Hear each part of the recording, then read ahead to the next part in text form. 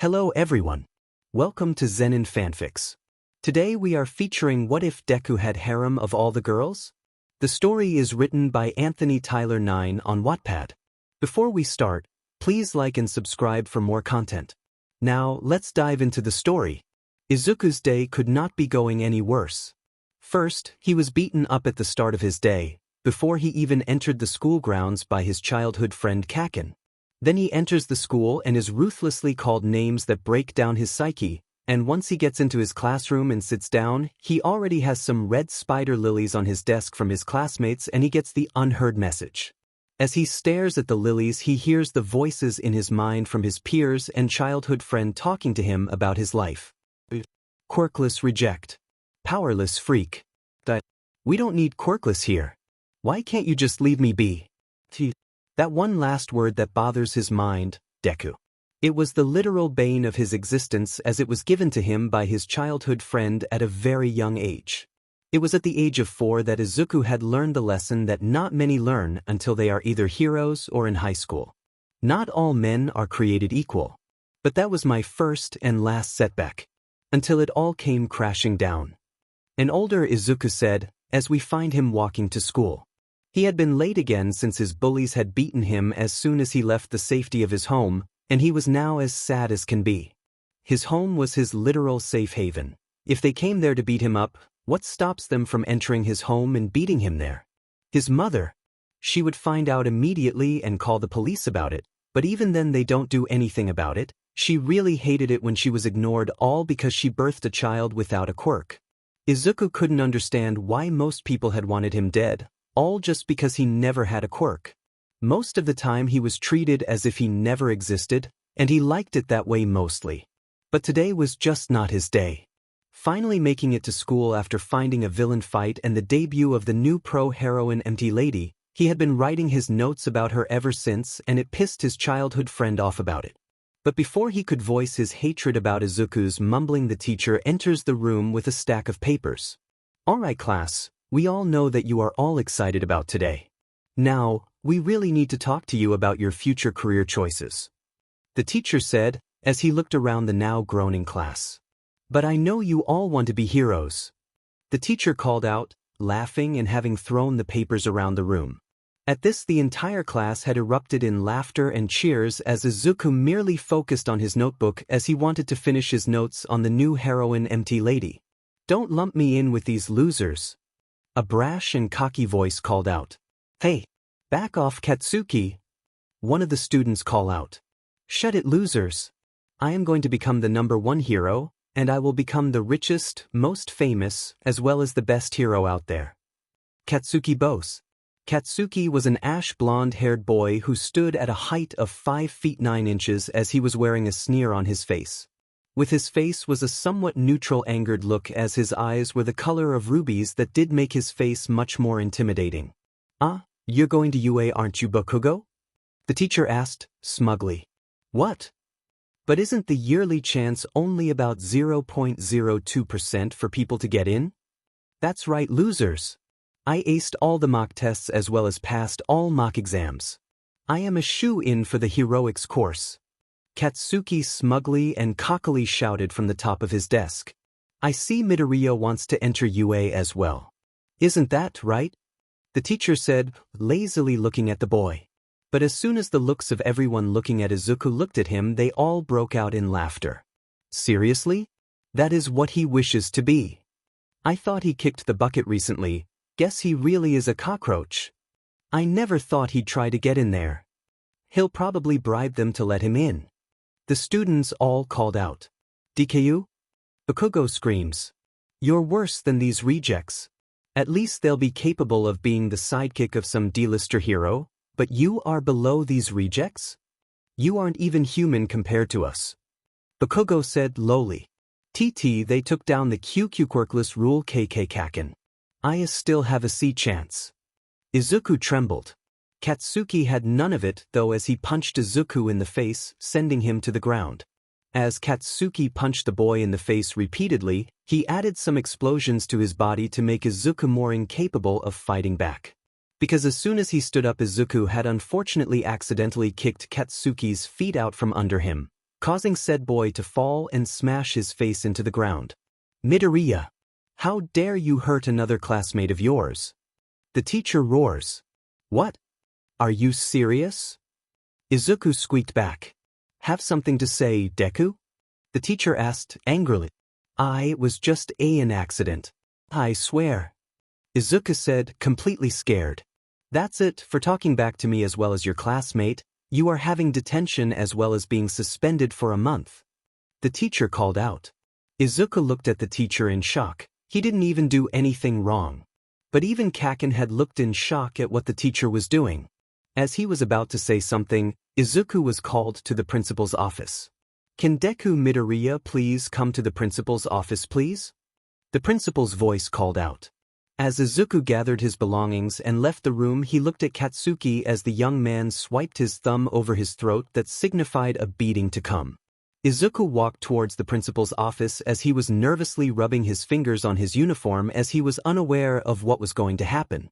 He kept his eyes on his surroundings though in order to make sure he could defend himself. He had taken to training on his own a little bit so he could fight back somewhat, but never got more than that.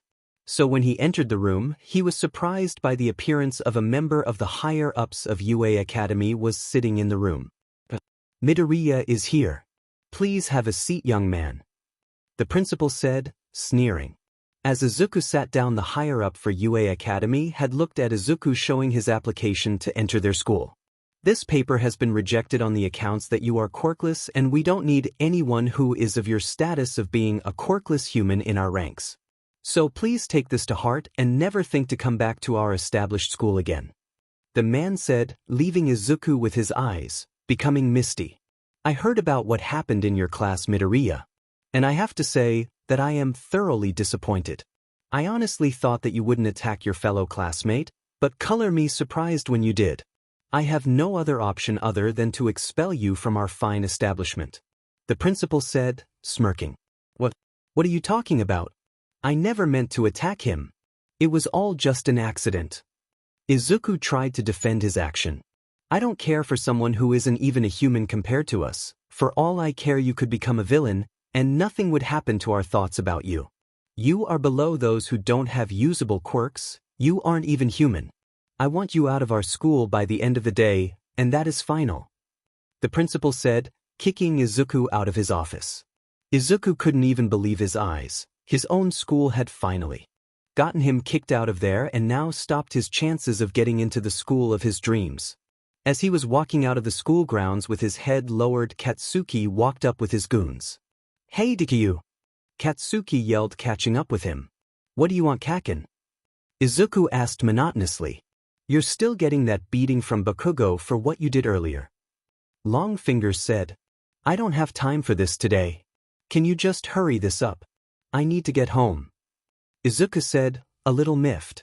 Your funeral, pal. The other bully said, as all three led Izuku to an alleyway and beat him to high hell.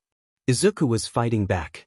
As he tried to defend himself, but it was too much for him to handle as he was blasted from the back, pierced from the front by Long Fingers, before lifted into the sky a few feet and slammed down to the ground, knocking the air out of him. All before Katsuki blasted him with his quirk, sending Izuku smacking the back of his head against a brick wall, drawing BLD. Meanwhile, deep within the soul of Izuku, Charm? What the hell is going on?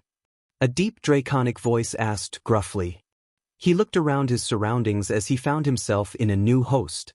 His name was Draig, the heavenly dragon of domination, and he was surprised that his host had awakened him this early. He wasn't supposed to be awoken until they were at least 17 years of age.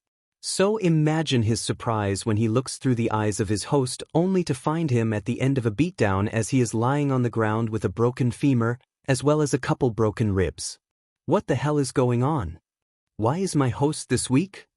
Why was he getting beaten by those with weird powers? Draig called out from within the soul. Taking a deeper look into his new host's memories to get a feel for this host, he really wanted one who wasn't as perverted as his previous one. That was a real nightmare as they were all about melons as well as asses, and he was called the Ape Dragon as well as the Shirishirudii or but Dragon Emperor. So when he looked over his new host's life as well as memories, He found it to be rather tame, until he got to the age of 4. That is when everything went to absolute SHT, and he wasn't happy with how his host was treated during this time frame. Not to mention how his host started to train his body before completely disregarding it for the increase to his mind. It wasn't a bad idea to increase your mind's power, but it was in the supernatural, so he really needed to get his new host to get stronger. But the more he looked over his host's life as well as how his host was treated, he really hated how humanity treated others that didn't have a quirk or had useless ones. I can't believe that my new host is more of a pacifist than a fighter but will fight to protect others. Not only that he has bottled up so much rage and anger that he doesn't even get angry anymore. It is only a matter of time before he snaps, and it will be a glorious moment if it is against the White One. Albion will rue the day he angers my host. I will see to it that he is strong enough to molly-wop Albion's new host. Drake said, laughing maniacally. Izuku managed to finally get up off the ground as he walked over to where his home supposedly was. He didn't realize it, but he was hearing someone laughing in his head, and it was at first concerning, but he thought it was his inner thoughts trying to get him to commit to the idea that was given to him before Kaken left. A few minutes earlier. That is what you get for attacking me in class, Deku. Katsuki said. H&D. Izuku grunted as he turned to his back against the wall. He watched as Katsuki walked over to him and placed his hand on Izuku's shoulder. Don't enter you, otherwise this will happen. Katsuki said, as he blasted Izuku's shoulder with his quirk. As Izuku grunted in pain as the blast broke his shoulder, he stared at Katsuki with an expression that showed that the young man in front of him won. I can't go to UA anymore. Izuku said quietly. What was that? Katsuki asked, genuinely confused. They rejected my offer, even though they took away the rule of people like me taking their tests. They rejected me for something I couldn't even control. Izuku said without stuttering. From the look on his face, he was done with life, and just wanted his day to end, so Katsuki, being the kind friend that he was, gave Izuku some advice. Well, since you can't go there, how about you do everyone a favor and jump off the roof and pray you get a quirk in your next life? At least then you might get a quirk. Katsuki called out, laughing as he left Izuku against the wall. Present. Izuku was walking under an underpass when he heard the manhole behind him blast up and smack him in the back. As he turned around to see who arrived, he was met with the face of the sludge villain that was in the area. It was green in color as he stared at the area around him before settling on Izuku. I can't believe that he is here. Hey kid, I need to borrow your body. It'll take about 45 seconds without any pain. I promise you. The sludge villain called out. As the sludge villain came onto Izuku, he wrapped the boy before he could even scream out for help when the villain tried to place himself inside his body. Stop struggling, brat. I need your body. You'll be my hero if you can do this for me. The sludge villain called out. But before he could continue with his mockery, the manhole that the sludge villain came out of was blasted off again, hitting Izuku in the head this time, knocking him out. But before he passed out, he heard the familiar voice of the #1 hero. Worry not, young man. For I am here. The voice called out, before Izuku felt wind pressure slam into him as he fully lost consciousness. Izuku woke up to a light smacking on his cheek as he saw the hero of his ideals in front of him. The All Might. Izuku screeched. Hello, young man. I'm sorry for getting you into my hero busyness. I normally never do this. The hero said, smiling. I need to get your autograph. Izuku muttered before pulling out his book, only to find it was already signed. Thanks for the help, young man, but I have to go. All Might called out before jumping away. I couldn't be back to my full power. All Might thought to himself, only to find out Izuku was hanging on his left leg. Jesus? I know all my fans are die-hards, but this is a bit excessive. I would appreciate it if you got OFF, All Might called out, trying to push Izuku off of him. I really just need to ask you a question, All Might. Also, if I let go, I'll die. Izuku called out as wind pushed his eyes and mouth apart. Alright, geez. Just close your mouth and eyes. All Might called out as he changed trajectory to land on a nearby building. but as he was nearing the building, he felt some blood seep out of his mouth. All Might cursed as Izuku looked at him in worry. Landing on the rooftop, Izuku fell to the ground with him holding his chest as he gasped from his near-death experience. "Never doing that again." Izuku said. "I apologize, young man, but I need to leave. The door should be unlocked." All Might said, moving to jump away. "Please wait. Can you just answer my one question?" Izuku asked, trying to gain the hero's attention. "Heroes don't have a lot of time, hurry up with it then." All Might called out, a little impatient. "Is it possible for me to become a hero like you, while also being quirkless?" Izuku asked, looking away from the hero with some shyness. "Quirkless?" All Might asked, concerned.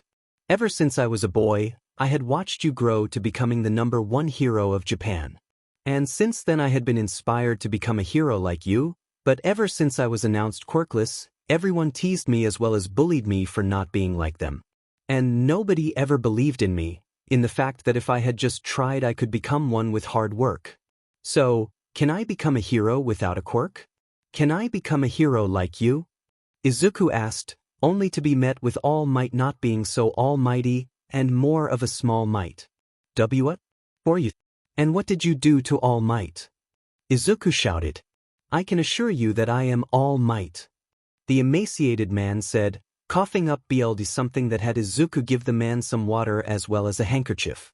"Thank you, young man, but in terms of your question, I should think not. In terms of heroism, I would feel guilty with sending you out to fight a villain that one of our other heroes couldn't fight. Not only that, but it would be my fault if I sent you out to become a hero and find out you died. It would eat at me for the rest of my life. I would like to protect you from making this decision on your own, so I would like you to not talk about my current form." All Might said, looking at the boy's now dull green orbs for eyes. "Okay. What happened to make you like this?" Izuku asked. 5 years ago, I fought a villain and he hit me with an attack that caused this to me. Half of my respiratory system was destroyed with it, taking half my stomach as well." All Might said, showing his scar. 5 years ago, was that with the fight against Toxic Sea Chainsaw? Izuku asked. He would never be capable of hitting me. He only got those hits in because he was lucky." All Might said, before continuing. "But no, it wasn't him. It was someone else. Someone that I made sure wasn't revealed to the public. If they found out that I could be touched, the world would be chaos right now." All Might said, as Izuku looked down. All Might walked over to Izuku as he held the bottle holding the villain in his hands. "It's all right to dream, young man, but please, for the sake of your family, find a new dream to place yourself in and make sure that you can live your life happily. Being a hero is not all it's cracked up to be. I should know this from the amount of time I spent on the job. It isn't pretty. I wish you luck, young man." All Might said, leaving Izuku on the rooftop. Izuku looked around as he noticed that he was really alone on the rooftop. He couldn't fault the man for breaking his dreams like he did, he was only watching out for him. But Izuku couldn't help but not like him as much anymore. "I need to remove some of my All Might merchandise, I need to take his words to heart. I'll never become a hero," Izuku said, now openly crying. Is it wrong to dream? At least give me a lie so I know that some kind of false pretense of a dream could still live within me." Izuku cried as he moved towards the door. Walking down the stairs, Izuku walked around the area only to find that his best friend was walking around the area and set his eyes on Izuku. Not wanting to talk to the boy, Izuku started to run off, before he was stopped by a local hero. "What's wrong, young man?" the hero asked. "I just want to head home," Izuku said, trying to leave the area. "What are you doing, Deku?" Katsuki called out, running towards them. The hero looked at the boy with a weird look as Katsuki looked at the hero before speaking. "He's quirkless, and he's my responsibility. I will take care of this. He's going to become a future villain after all." Katsuki said. "Young man, what is he talking about?" the hero asked Izuku. "What? I wouldn't ever become a villain. I was just walking home to avoid him," Izuku said, pointing at Katsuki.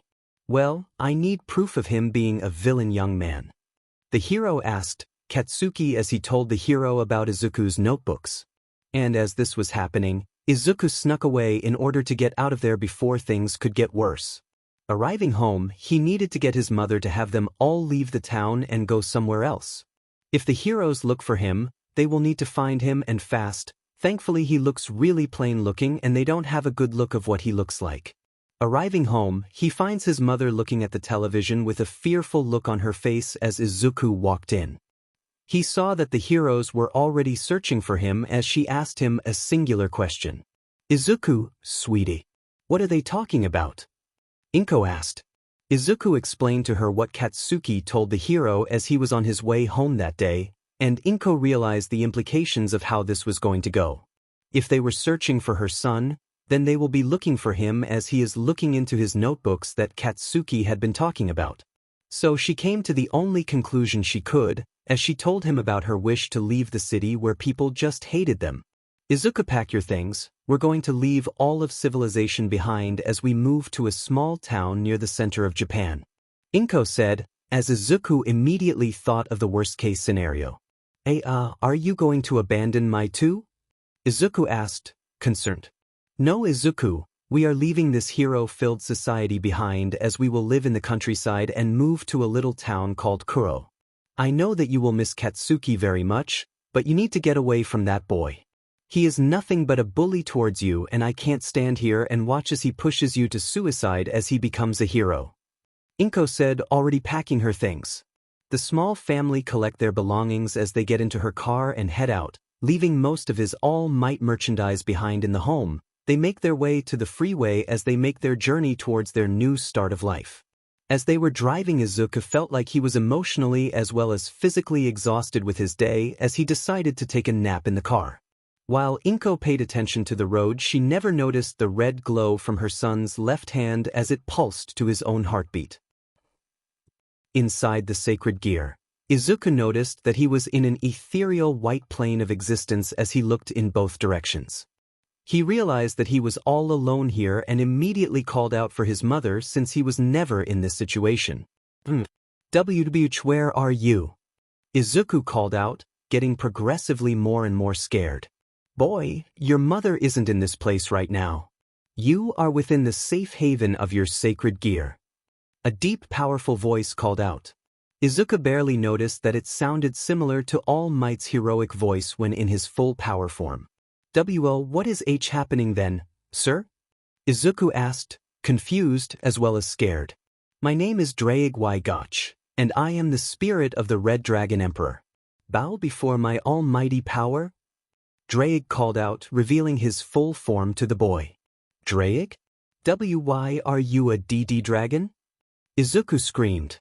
"Because young Midoriya, I am the Red Dragon of Domination, one of the twin sky heavenly dragons. You are my host for the time being until you either die of old age or die during battle against the White One," Draig called out. So this isn't the work of a QQ quirk?" Izuku asked, curiously stuttering. "No, this is not the power of a quirk. I came here to introduce myself and tell you that your life is about to get a whole lot more interesting," Draig called out, but Izuku felt something else was coming. "Welcome, Izuku Midoriya, to the world of the supernatural," Draig called out, smirking at his new host. Izuku woke up with a start, as he saw his mother was shaking him softly. "Izuku, we're here," Inko said as she smiled at her son. Izuku looked around the place as he saw the small town that looked utterly appealing to him as he saw the small park in the middle of the town as well as the homes near the suburbs of the town. Not to mention the school at the top of the hill nearby as Inko drove there immediately to get her son registered for the new year for high school. As they made it to the outer gates of the school, they were stopped by a young woman who appeared to be in their first year of high school. "Who are you?" the woman asked. She had violet-colored eyes and wore glasses over them to make herself look smarter as well as protect others from seeing her true eyes. "My name is Inko Midoriya, and my son is here to apply to your school. I was hoping that he could join it," Inko asked, curious. "We are going to become co-ed within the year, so you will need to wait until the 13th of December in order to take the entrance exams," the woman said. "What's your name?" Inko asked. My name is Sauna Shirtorai, and I am the vice president of the student council club. And what is your name, sir? Sauna asked, curiously. My name is Izuku Midoriya. Izuku introduced himself, and he could swear he could hear laughing coming from his head. Well, Midoriya, I welcome you and your mother to the town of Kuoh, and I certainly hope that you are more than capable of joining our school in the next year. Sauna said, smiling. Izuku smiled back, although it was nervously. He never really knew why, but he was really cautious with this woman and really didn't want to stay nearby her as he looked to his mother, giving her a look asking to find their new home. Inko saw his look as she nodded at his silent question and looked towards the Sauna person. Well, thank you for your hospitality. Me and my son need to find our new home. I hope that he doesn't cause you all some kind of trouble when he starts school here. Inko said, smiling. Don't worry, we take the students' time here seriously so that nothing bad happens. Should he not be capable of interacting with the girls here without being perverted, okay? Sauna said as she watched the duo leave the school. He seems like he's hiding something. I need to keep an eye on him. Sauna thought to herself, walking back to her class. Izuku and Inko entered their new home that they had gotten for a great price for Inko's credit. It was a small home where there was 3 bedrooms, 1 MSTR, 2 kid rooms, as well as 2 bathrooms. The MSTR was for his mother, while one of the smaller rooms were for Izuku and if he has any friends coming over for the day, should he make any new friends. As they finished cleaning the house as well as made sure that it was insect-free, they walked around the town as they wanted to get a feel for the town. It was a small town that held very kind people that never knew them in terms of quirks as well as personality. Izuku had noticed that there was a young man who hung out with a boy with glasses over his eyes as well as a bald man who were having a very emotional talk about something about Aicha. Izuku immediately left the area with his mother as they explored the town with the people looking at the new arrivals. Mom, is there a reason why people are looking at us? Izuku asked, a little scared of all the attention. We're new here, so they are looking at us because we are new to the area. I hope they are nice. Inko said, smiling. They both continued through the town as Inko found a place where she could work while Izuku went to school, and she was told to come in for the job within the week. They even found a school where Izuku could go to until he reached high school, and Izuku was going to be studying for when he entered the school.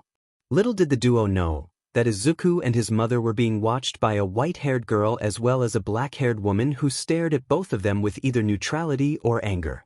Izuku and his mother entered their home as they were preparing for them soon-to-be busy week as Izuku walked over to his mother as he looked her in the eyes.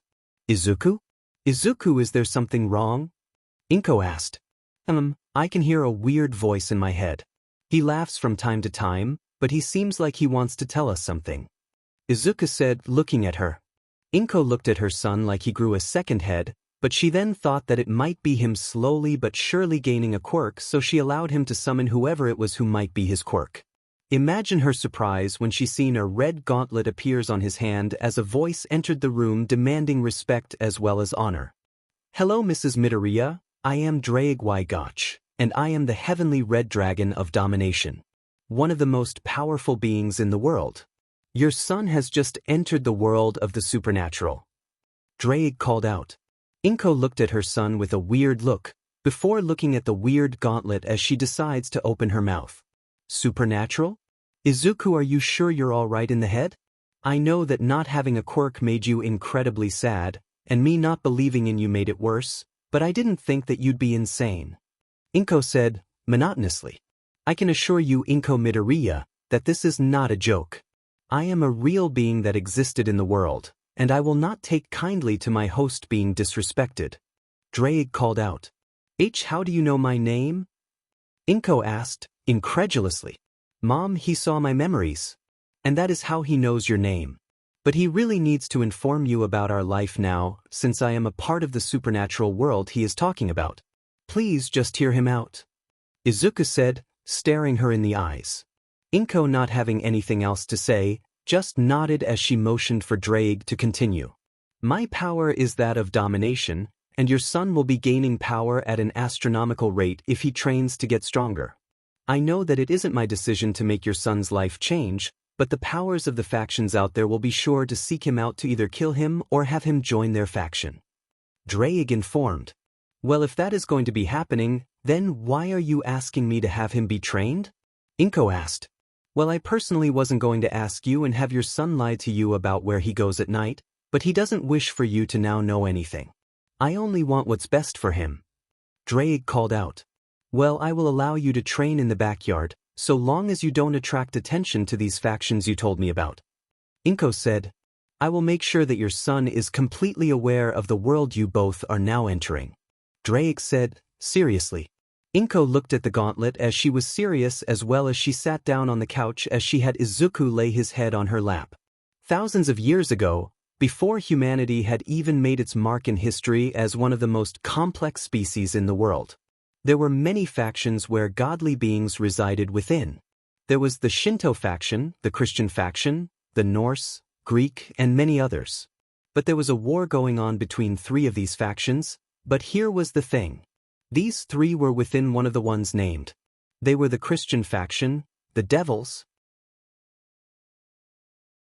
angels, and fallen had waged war against each other since they hated each other's guts. The war lasted for millenniums, and it never ended during the time where humanity had begun to make its steps known to the world at large. During this war, two foolish dragons had fought over a mate, and it didn't end well for the factions when they tried to get in the way for these two dragons. These two were the twin sky heavenly dragons, the red dragon of domination and the white dragon of supremacy. They were fighting for a mate because they wanted a legacy to send off so they could continue their line of lineage. But the other encroached on the other's territory and tried to take the mate of their eternal rival. So they ended up fighting over the specific mate, and their battle was so intense they interrupted the battle that was going on between the three factions. Knowing that this fight might just end the world, the three factions teamed up with a temporary truce as they fought against the red dragon and the white dragon. It didn't end well for both parties, as the dragons in the end were defeated and placed within sacred gears created by God of the Angels faction and was forced to be the servants of humanity. But it was during that time frame that something happened to the leaders of each army. The angels lost their leader in God to a fallen angel named Kokobeel, while the devils lost their 4 devil kings to God himself when the battle had started. When the battle was over, Kokobeel stood over the bodies of the 4 great devil kings as well as God as he roared in triumph. But as all things go, there was a peace to prevent more wars, as all the factions left it after their crumbling blows in the great war between one another. After this was the Devil Civil War, as the devils fought amongst themselves since they had the most population of the 3 factions as they vied for power amongst themselves in order to keep the peace going. 4 new Satans were instated as the new Devil Kings. Their names are Serzex Lucifer, Serphal Leviathan, Ajuka Beelzebub, and Falbium Asmodeus. These 4 led the new Devil faction to peace, driving out the old Satan faction as they merely wished to continue the fight against the other and win the Great War instead of focusing on their numbers. As soon as they were driven out, they went under the radar until now. I have no idea what is happening, but during this time I was under the previous Red Dragon Emperor. He was extremely perverted, and I didn't wish to stay with him as he merely wished to be with women over fighting in battle. Drake said, giving his story. Izuku and Inko had listened intently as they heard his tale, and it was a sad but appealing one, but Izuku felt that there was some kind of resentment within Drake, so he questioned it. Drake, are you angry about what happened to you? Izuku asked, curious. There's never a time that I regret my decision to try and find a mate. But I will never think that I will regret defending my mate from my natural enemy. Drake said, smiling inside. Izuku looked to his mother as she was looking back at him. They exchanged nods as Izuku looked at his hand as he lifted it in the air to show that he was looking at the dragon. Drake, there is nothing more that I wish than to free you from your prison. I think that you were within your right to defend your mate and that you are getting punished for defending yourself wasn't the right thing to do. So I will become strong enough to make sure that you can be freed from your prison, brother. Izuku said, smiling at the gauntlet. I will call you brother when you release me from this thing. But thanks for the sentimentality, Drake said, as he was smirking maniacally. Izuku would go to sleep that night. As he was changing his clothes, he noticed something odd about his body. When did I get this fit? I don't remember becoming like this. Izuku mumbled as he looked at himself in the mirror. Consider this an upgrade from when you got beaten by that ash blonde butt. I needed a host that will survive this world, and you will become more draconic the longer you wield the sacred gear. Drake said. Izuku would go to sleep that night as he trained inside the sacred gear in order to manage to keep the power he could get from it. By the way, partner, the woman you met at Kuoh Academy was actually a devil. Drake said, causing the boy to wake up immediately as he was sweating up a storm. Izuku woke up the next morning after he got back home from his walk around the town with his mother, with Drake telling him to train as fast as possible. Alright kid, I want you to run all around the town before doing some regular pull-ups on the monkey bars in the park. After that, I want you to do some push-ups in your room. Once those are done for the day, you will work on mastering your power of fire, as well as my own boosting powers. You need to be capable of entering your balance breaker by the end of the year. Drake said from within the gear. Drake, you should become an exercise coach. Izuku said, getting his shoes on. Why do you say that? The dragon asked, curiously. Because you are inspiring me to work harder with your work ethic. Izuku said, exiting the house as his mother made breakfast. Well, it's my job to make sure that you can survive the world you are about to enter. I wouldn't want my newest host to be killed off right off the bat.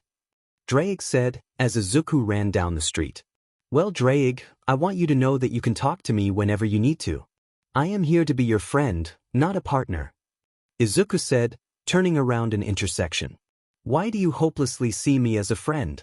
I have killed millions just to attain the power that I have.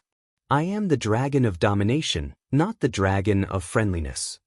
The dragon said, it's your job to make me as intimidating as possible. It's my job to at least have some allies around the area. Izuku said, smiling as he ran.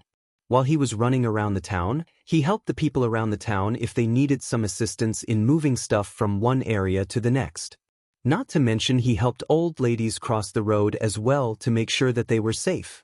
Drake was watching this and he couldn't help but be alarmed by the fact that Izuku hadn't even thought about his own safety for gaining his power. Izuku Midoriya, what is your dreams to become in this world? Drake asked suddenly. What do you mean, Drake? Izuku asked, stopping at the park to look at his hand. I mean that you are not even looking after yourself. The only reason you are even getting stronger is to make sure that you can protect your mother, correct? Drake asked, a little angry.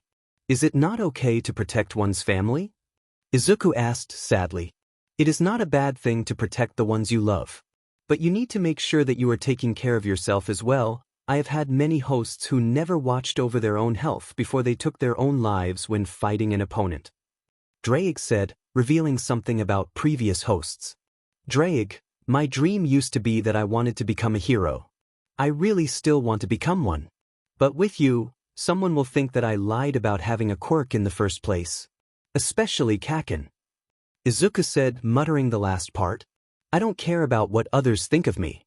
You can still become a hero. How about you become a hero to the supernatural? Drake asked, looking at Izuku from the gear confused. I can't, Drake.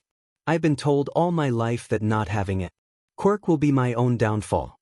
Not to mention I won't be capable of getting any jobs with my quirklessness as part of my resume.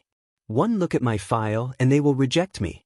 Everyone in my life rejected my dreams to become a hero. Izuku said, sitting on a bench as he started to cry. Who said that a quirkless person couldn't become a hero? Because from what I know about them in your mind, they get treated the same as you are, and they still get jobs around the world. Drake said. Drake, did it ever occur to you that we are in Japan? The one place in the world that doesn't allow quirkless people to even have jobs. Izuku asked, still wiping his tears. What has happened in the last 200 years since I was last reborn? Drake called out angrily. A lot has happened. In order to get a job, you need a quirk specifically for that said job. To become a hero, you need a quirk to rely on in order to become a hero. In order to become a vigilante, you need a quirk to beat someone up. Not to mention being a villain will automatically cause me to be completely underestimated. Not only that, but people will beat me if they have more experience than me. No amount of planning will ever get me far in this world. I am just born a useless, worthless human being. And even then, I am treated like I am an animal that needs to be put down. Everyone treats me like I am just not even human and wishes death upon me. I sometimes even think it myself. Izuku said, looking at the sky. Well, let's get away from this kind of thinking. We can't become stronger with this on our mind. Drake said, as Izuku got up and went to working out. Izuku returned home as he found his mother placing breakfast on the table with a smile on her face. I'm home, Izuku said, taking off his shoes. Welcome home, Izuku. I made your favorite today, Inko said, as Izuku started to salivate. Inko chuckles as she watched as Izuku dug into his meal. She couldn't help but smile sadly about how similar he looked to his father before he was killed. Inko knew that the man she married was a villain, but at the same time, she knew that he cared for her and her son, considering that he always knew where they lived as well as cared enough to send them money from wherever he was. So imagine her surprise when they hear a knock on the door, and when Izuku went to open it, he found a man in a suit and tie standing there, with a luggage box, stating his name. Hello everyone, I'm finally home, the man said, looking around the room. Hisashi, Inko called out, and when she saw his face, she was horrified. Hisashi, what happened to you? Inko fretted. It was a freak accident, I was attacked and nearly killed, he said, hugging Izuku's mother. Izuku for his part was looking at the man who was supposedly his father with caution, but at the most part the reason he was so cautious was because he never met his real father before. Hello son, I can't explain how sorry I am for how you were forced to come here, he said, giving Izuku a hug. To Izuku he couldn't tell why, but when this man hugged him, all he saw was his father with black hair that was similar to Izuku's, but it was now gone. But all that he thought of was, it's warm. This hug is warm, Izuku thought as he slowly started to cry. He had never truly met his father ever since he was born, and to now see him and feel the warmth that he should have had for his entire life made him want to tell him all about what he missed in his school days. I have a few friends in this town watching over you too. I could never understand why they wanted to go after my son. I know he always wanted to become a hero. But to see him ridiculed as a villain for just taking notes on his favorite heroes is making me furious, Hisashi said as he pulled his son into his arms. For Drake, seeing this 7-foot-tall man hugging his host, it made him think that Izuku was a baby Drake in the arms of their parents.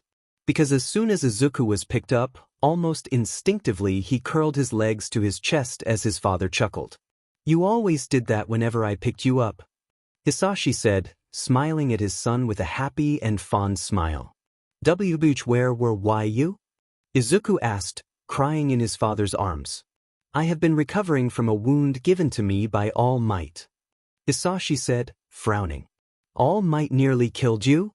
Inko called out. Izuku was now confused. Why would All Might go after his father? Was he a villain? A vigilante? Why would All Might go after you? Izuku asked, clearing his tears. His father had sat down with Izuku sitting on his lap now, as his father cleared as much tears as he could from Izuku's eyes. My son, I hope you don't hate me for what I am about to say. I am the villain from the boogeyman stories your mother told you as a child. I am all for one. I am the antithesis of your idol. He is holding the quirk I have so long desired in order to make my brother finally rest.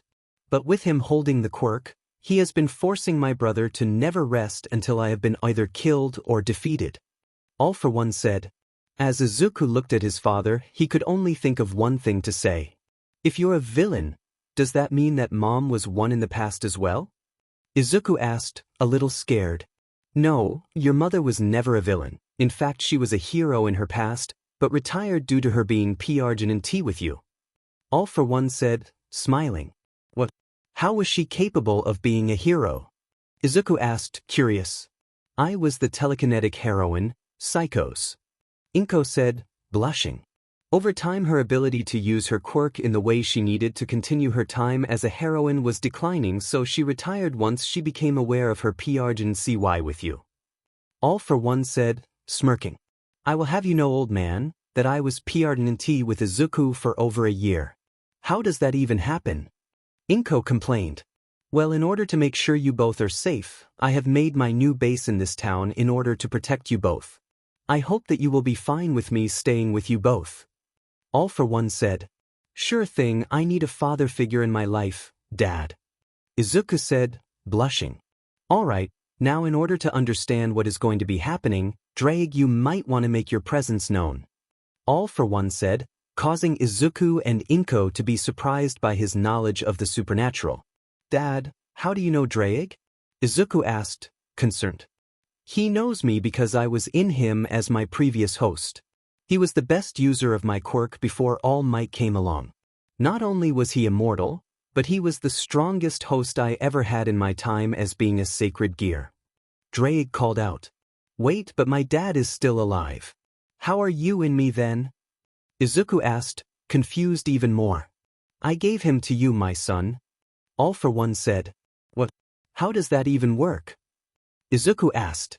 I placed some of my soul in you. It is how you got your love of quirks to be noted down in notebooks. With my soul in you, so did Drake's soul move to yours. Since you were part of me, my son, I could successfully move my soul back while simultaneously keeping Drake inside you. Hisashi said. I will think about all this later. Can we hang out today? Inko said, looking at her husband and son. I don't see why not. Izuku and Hisashi say at the same time. Looking at one another, they found something else they have in common. Spending time with Inko was one of their greatest pastimes. Izuku was walking towards the school that he submitted his online application to. Kuoh Academy. It was the only high school in the area that was close to his home, and Izuku wasn't complaining about it. He was near the school's yard when he was approached by one of the clubs there, the Kendo Club. Who are you, and why are you entering the premises? A pink-haired girl yelled at him. Moving back, he pulled out his application that was approved for him to enter the school. I got this application for the school here approved.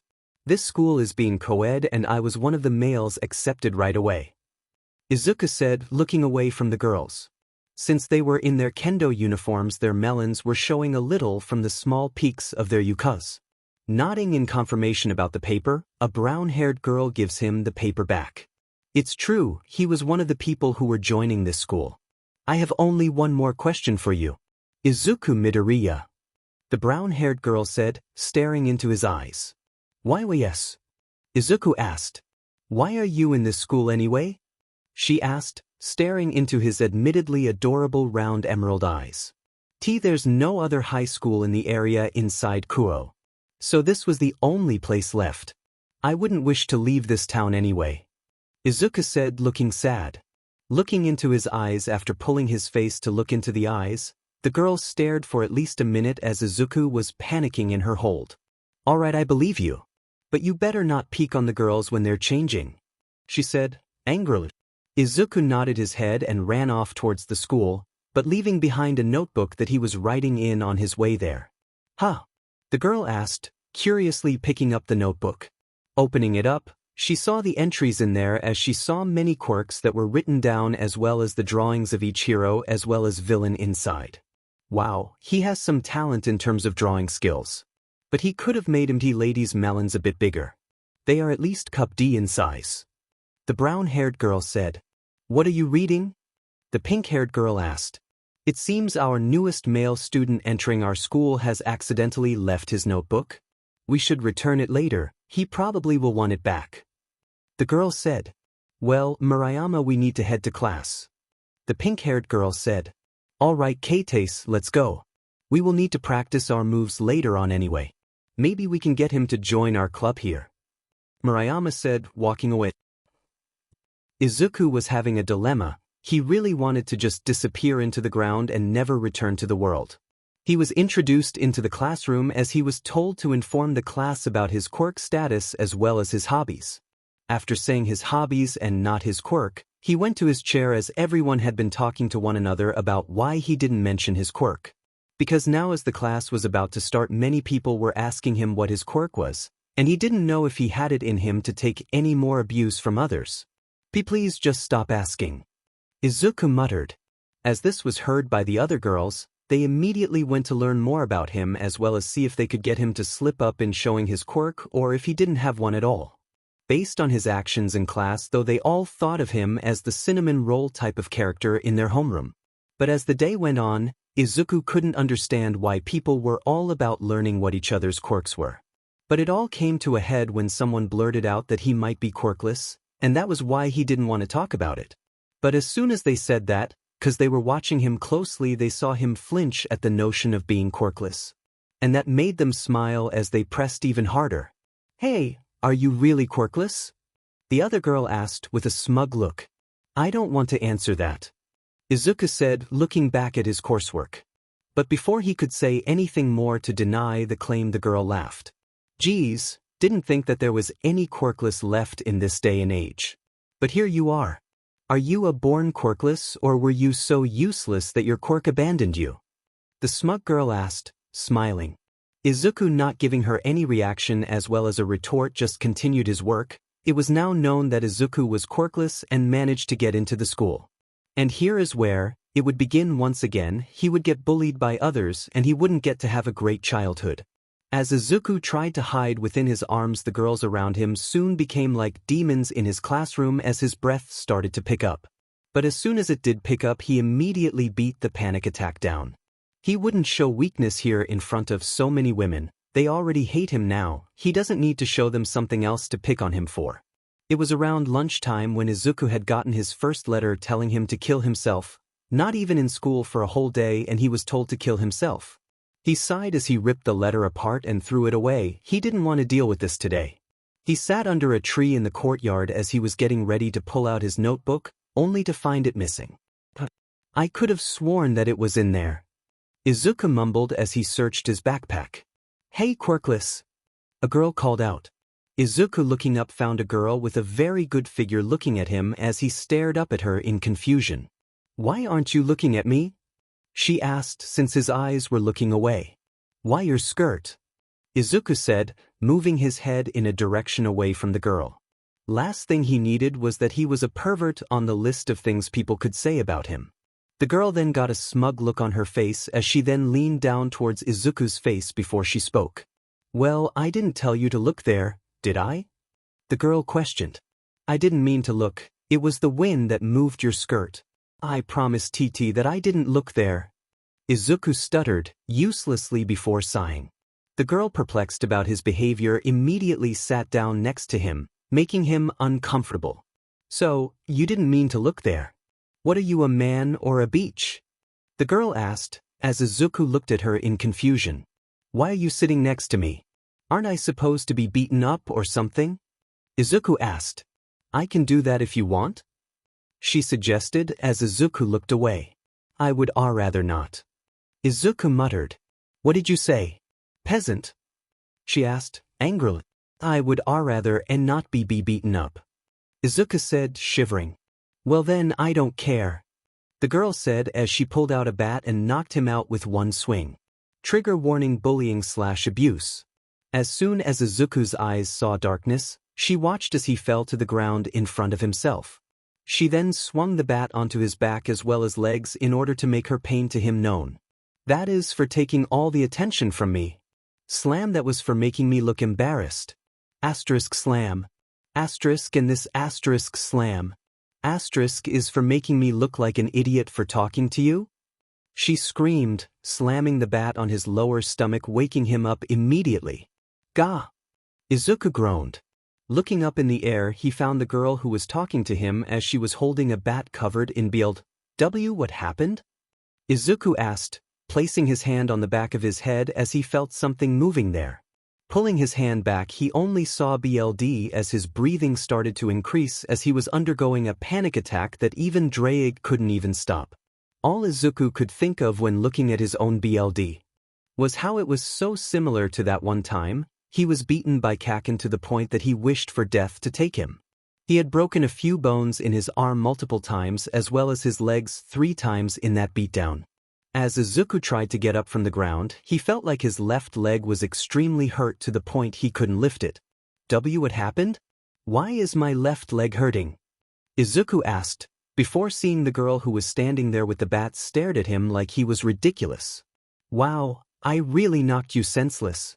I gave you a little amnesia," she said happily. Swinging again, Izuku immediately caught the weapon, causing the girl's face to darken. Izuku looked at her with true fear as he was not sure whether or not to be afraid of her or the entire gender of women completely. Not wanting to think about it more, he tossed the weapon away before limping towards the nurse's office. Trigger warning over. Izuku entered the office only to find that the nurse wouldn't even take care of him as well. So he left the room looking like he just came out of a fight and was barely able to stand. He couldn't do anything about the rest of his day since he couldn't really feel anything in his head, but out of all the things he could think of, the worst part. He was slowly losing BLD from his head, and he was getting lightheaded. Dark spots were appearing at the edges of his vision from being beaten with a bat. As the class continued, Izuku's vision had declined to the point that only one girl noticed his bobbing head as well as the BLD caking his upper face. And as he was about to fall, she immediately screamed, "Midoriya! Someone go get the nurse!" Because as soon as she screamed, the whole class watched as Izuku Midoriya had collapsed to the floor next to his desk. Sona was many things, but surprised was not one of them. She had never thought that one of the girls would openly attack a defenseless young man who didn't do anything to garner any kind of attention except for the fact that he didn't have what others did. A quirk. Has society fallen to the point that they only care for those who have quirks? Does his mother even care for him because of his status without a quirk? These questions need to be answered as she walked over to the nurse's office in order to find out what the hell happened. She had heard from people around the place that Izuku was sitting silently eating under a tree near the occult research club room when a blonde-haired girl walked over to him and had a nice chat. It didn't seem that bad until the girl started to get a little irritated and slammed him with a bat over the head, but it didn't end there. Based on the accounts of others in the area, the girl openly mocked him as he was out cold on the ground from the sudden attack. She had beaten him so bad with a weapon that he had momentary amnesia, and it wouldn't spell good for his mind to only think of women as people who wish to attack whenever you let your guard down. Not only that, but the very same girl had begun spreading rumors about him being a perverted beast that would attack you when you were most vulnerable, and that couldn't be further than the truth. Izuku Midoriya, from what Sona had heard about from the teachers as well as other students who didn't wish to get in the way of the obvious bullying, had stated that he was an attentive student as well as very kind to others. So the fact that he was a perverted beast was very not true, not to mention the fact that in his latest class he was nearly unconscious when he had sat down at his desk. But as the class went on based on her servant's retelling of events, Izuku had been nodding off the entire time as the teacher and other students openly mocked him for being so weak. So when Sona arrived in the nurse's office, she found the nurse directly trying to poison Izuku to death from the poison in her hands. Taking the woman down, Sona called her peerage to call the police on the woman for attempted murder of the first degree. Looking at the unconscious Izuku, she found that his wounds hadn't gotten better but were slightly healing from the damage. As she placed some binds over the woman's hands, she walked over to Izuku's sleeping form as she noticed that his body was steaming from the amount of heat it was projecting. She looked back at the woman and led her out of the nurse's office and down the hall to the front gate of the school where the police were waiting. Returning from her journey to the police, Sona found Izuku getting up from the bed without any injuries to his body as well as his skin being red as if he was sunburned. "Izuku Midoriya, what the hell happened?" Sona asked as she stared at him in shock. As Izuku stared at her in horror, he looked around himself before stating a question. "I can explain?" Izuku asked, nervously. "Oh, please do," Sona said, staring at him in disbelief. "Well, would you believe me if I said that I knew about the supernatural?" Izuku asked, trying to deflect the question. "How would you know about the supernatural? You don't belong to any species that are of Greek, Japanese, and others. So, what can you tell me?" Sona asked, curiously. "Well, I guess it's because I have a dragon inside my head," Izuku said as a question. "What kind of dragon?" Sona asked, curious. "Well, he is big and red," Izuku stated, before being stopped by a red gauntlet being shown on his left arm. "Draig, we shouldn't be revealing you yet," Izuku scrambled to say before Draig's voice was heard around the room. I will inform you, Citri, that you are not to underestimate us. We are the Red Dragon Emperor, and we will allow you know about us and the fact that I have been training him to become strong enough to protect his mother. Drake said, doubting Sona's ability to understand. I see. Well, if you wish to continue your time here training without Rias knowing about you, then you will need to stay under the radar. I will keep you unknown to Rias, and if she decides to add you to her peerage, then you will at least hear her out should she come to you about joining her, all right? Sona asked, looking at Izuku sternly. A sure thing. I'm not sure whether or not if she will talk to me though, but I am willing to wait. Izuku said, looking away. I will talk to you later, but I will need to know about how you activated your sacred gear. Sona said, as she sat down next to Izuku. They went on about how their lives went before coming to Kuoh before Izuku had to leave for home. He couldn't even get home late because of his mother's worry about his actions at school. Arriving home from his long day of school, Izuku never heard about the fact that Sona went out on a rage against the students of her school. As Izuku entered his home, he found his mother at the dinner table crying as she was holding a letter for her, and her body was shaking very badly. As Izuku dropped his bag on the floor, he ran over to his mother to make sure that she was all right. Mom, are you okay? What happened? Where's Dad? Izuku asked in quick succession. Why, your dad has left us again. And this time it's for good. Inko said, crying. Izuku watched as she was crying her heart out as he grabbed the letter, and he read it for himself, and he couldn't even be angrier. His father had just abandoned them for the fact that he needed to let them know how evil he really was. And to add further insult to injury, he had implanted that memory into Drake as he never was a host of the Dragon Emperor. As Izuku was showing his fury, he couldn't allow it to be seen for all to see, as he really didn't want to be found out this early by Rias, and if he was, he would be forced to become her servant. As he was focusing on controlling his anger, he found his mother hugging him from behind as she was helping him cool down his anger to the point it was done. I knew that we shouldn't have let him in our home. I had a really bad feeling about him when I first met him. Izuku grumbled as he stewed in his anger. As they ate their dinner for the night, Izuku entered the realm of his sacred gear in order to train himself harder to get strong enough to defend himself and his mother from any enemies they might make. Izuku was launching punches and kicks as he made sure that his technique was as perfect as possible in order to increase his fighting potential. He knew that being capable of boosting would increase his ability to last longer in a fight, but if he were to increase his natural power in his base, he would be more capable of growing in strength since he would be increasing his base strength. As he was training with Drake, he was constantly annoyed by the previous hosts telling him to activate his Juggernaut drive in order to obtain ultimate power, but he promptly ignored their presence as if they never existed. As the training continued, Drake made his presence known behind Izuku as he announced Izuku's next part of his training. Alright partner, you need to see how many boosts you need to increase your power to the next level. Drake said, staring at his partner with pride. Izuku had been making great strides in increasing his power to the point that he was steadily getting closer to achieving Balance Breaker. It would only be a matter of time before Izuku attained the power for himself and truly started his journey to becoming the strongest Red Dragon Emperor. Although he will be having a fear of women now because of his experience with how one just beat him half to death just for having lunch with her. He would be going to help him work on that in order to make him a formidable fighter as well as a worthy adversary for the White One. Your power grows leaps and bounds at a fast pace, partner. You will need to increase your power in base as well as when you have your sacred gear activated at all times. Not to mention the fact that your mind needs to be honed to the point of perfection. Albion will be laughing in his grave for the smart host I had gotten. I don't even care that you are completely human. I will enjoy using your intellect to make our escapades legendary. Drake called out, laughing. As Izuku watched the dragon laugh his butt off, Izuku went back into his training in order to summon the gear as fast as possible as well as increase his power capable of being used by the gear whenever he can possible. Waking up the next morning, Izuku had been aware that the Citri family had known about his entrance into the supernatural. Not only that, but he had been made awfully aware that his mother was making his favorite food katsudon for breakfast today and he couldn't say no to that.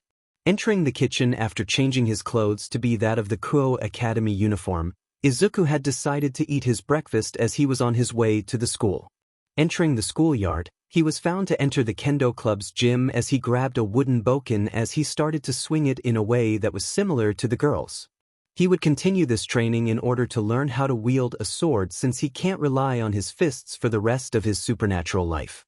It wasn't long after he started that the kendo girls had entered their gym only to find a sweaty and fully decked out Izuku using one of their blades to train himself. Midoriya, what are you doing in our training room? Katsuki, a pink-haired girl who had small melons but had a nice but called out angrily. JJ just training. I didn't mean to interrupt anything. Izuku said, dropping the sword. Well, get out of our training room. We need to train. Katsuki said, as Izuku ran off placing the kendo blade away. Izuku had woke up this morning with his life being more capable of being a hero to something.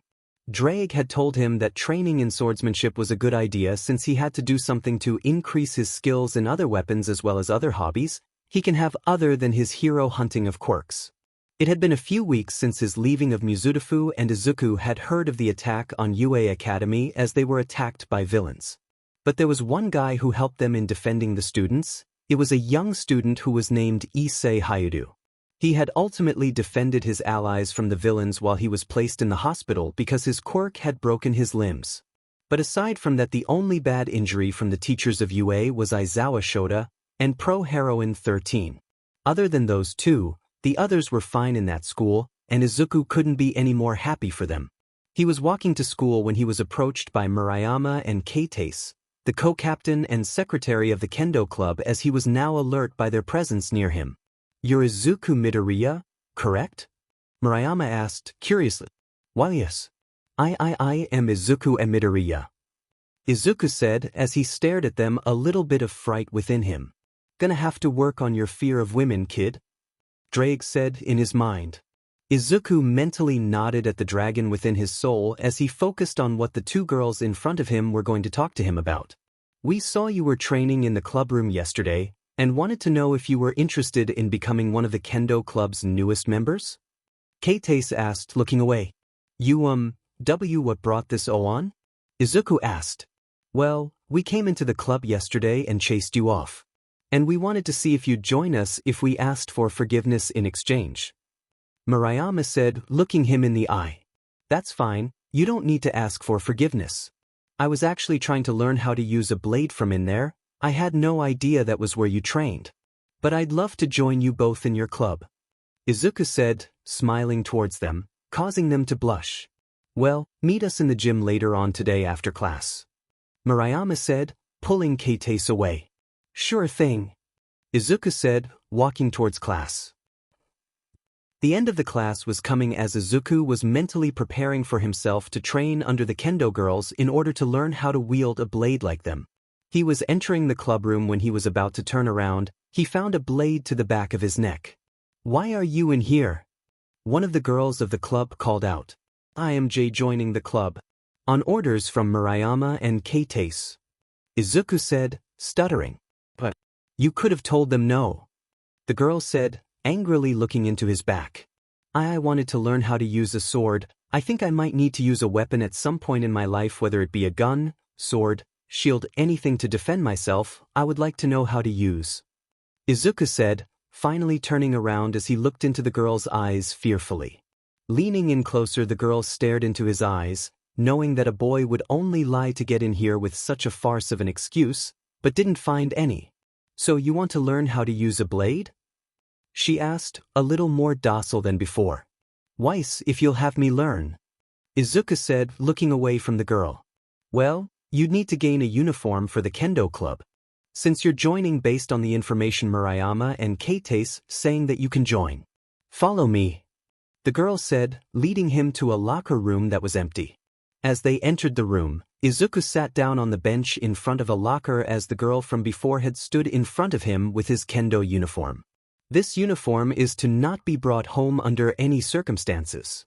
Other than that, you are free to learn the blade of kendo here from the co-captain and myself as well as the other girls. Make sure to let me know if you wish to leave at any point in time. The girl said, getting ready to walk away. Wait! Izuku called out. What? The girl asked, annoyed already. What's your name? Izuku asked. The girl smirked at him as he finally noticed that she never introduced herself to him in the time that she got to know him. My name is Osami Takosha, and I am the captain of the Kendo Club, she said, introducing herself, before leaving. As Izuku now learned the Kendo Club captain's name, he got his gear on as he walked into the Kendo Club training room as he moved closer to the group, while making himself the outlier. Alright everyone, we have a new recruit being welcomed into the Kendo Club. I know that there are rumors about him being a pervert, but from what I have seen he is nothing of the sort, so treat him how you wish to be treated and nothing bad will happen. Osami said, smiling at the girls. As the girls looked around for their new arrival, they only found Izuku wearing their uniform, which was designed for the male populace of the school should they decide to join. And they couldn't lie, he looked good wearing their uniform since he was perfectly fitting the uniform as it was tight against his body. See, can't you get something that is a little bit bigger? Izuku whined. He was stretching the uniform a little since he wasn't used to the attention he was getting. What are you talking about? We got your measurements, and this is what we got back. Osami said, smirking at Izuku. These may be my exact measurements, but I would rather not show my physique off so flauntingly. I feel like I'm being objectified. Izuku said, pouting. Well, this was all they could do at the moment. When I get the time, I will ask them to change the size to one a bit bigger, alright.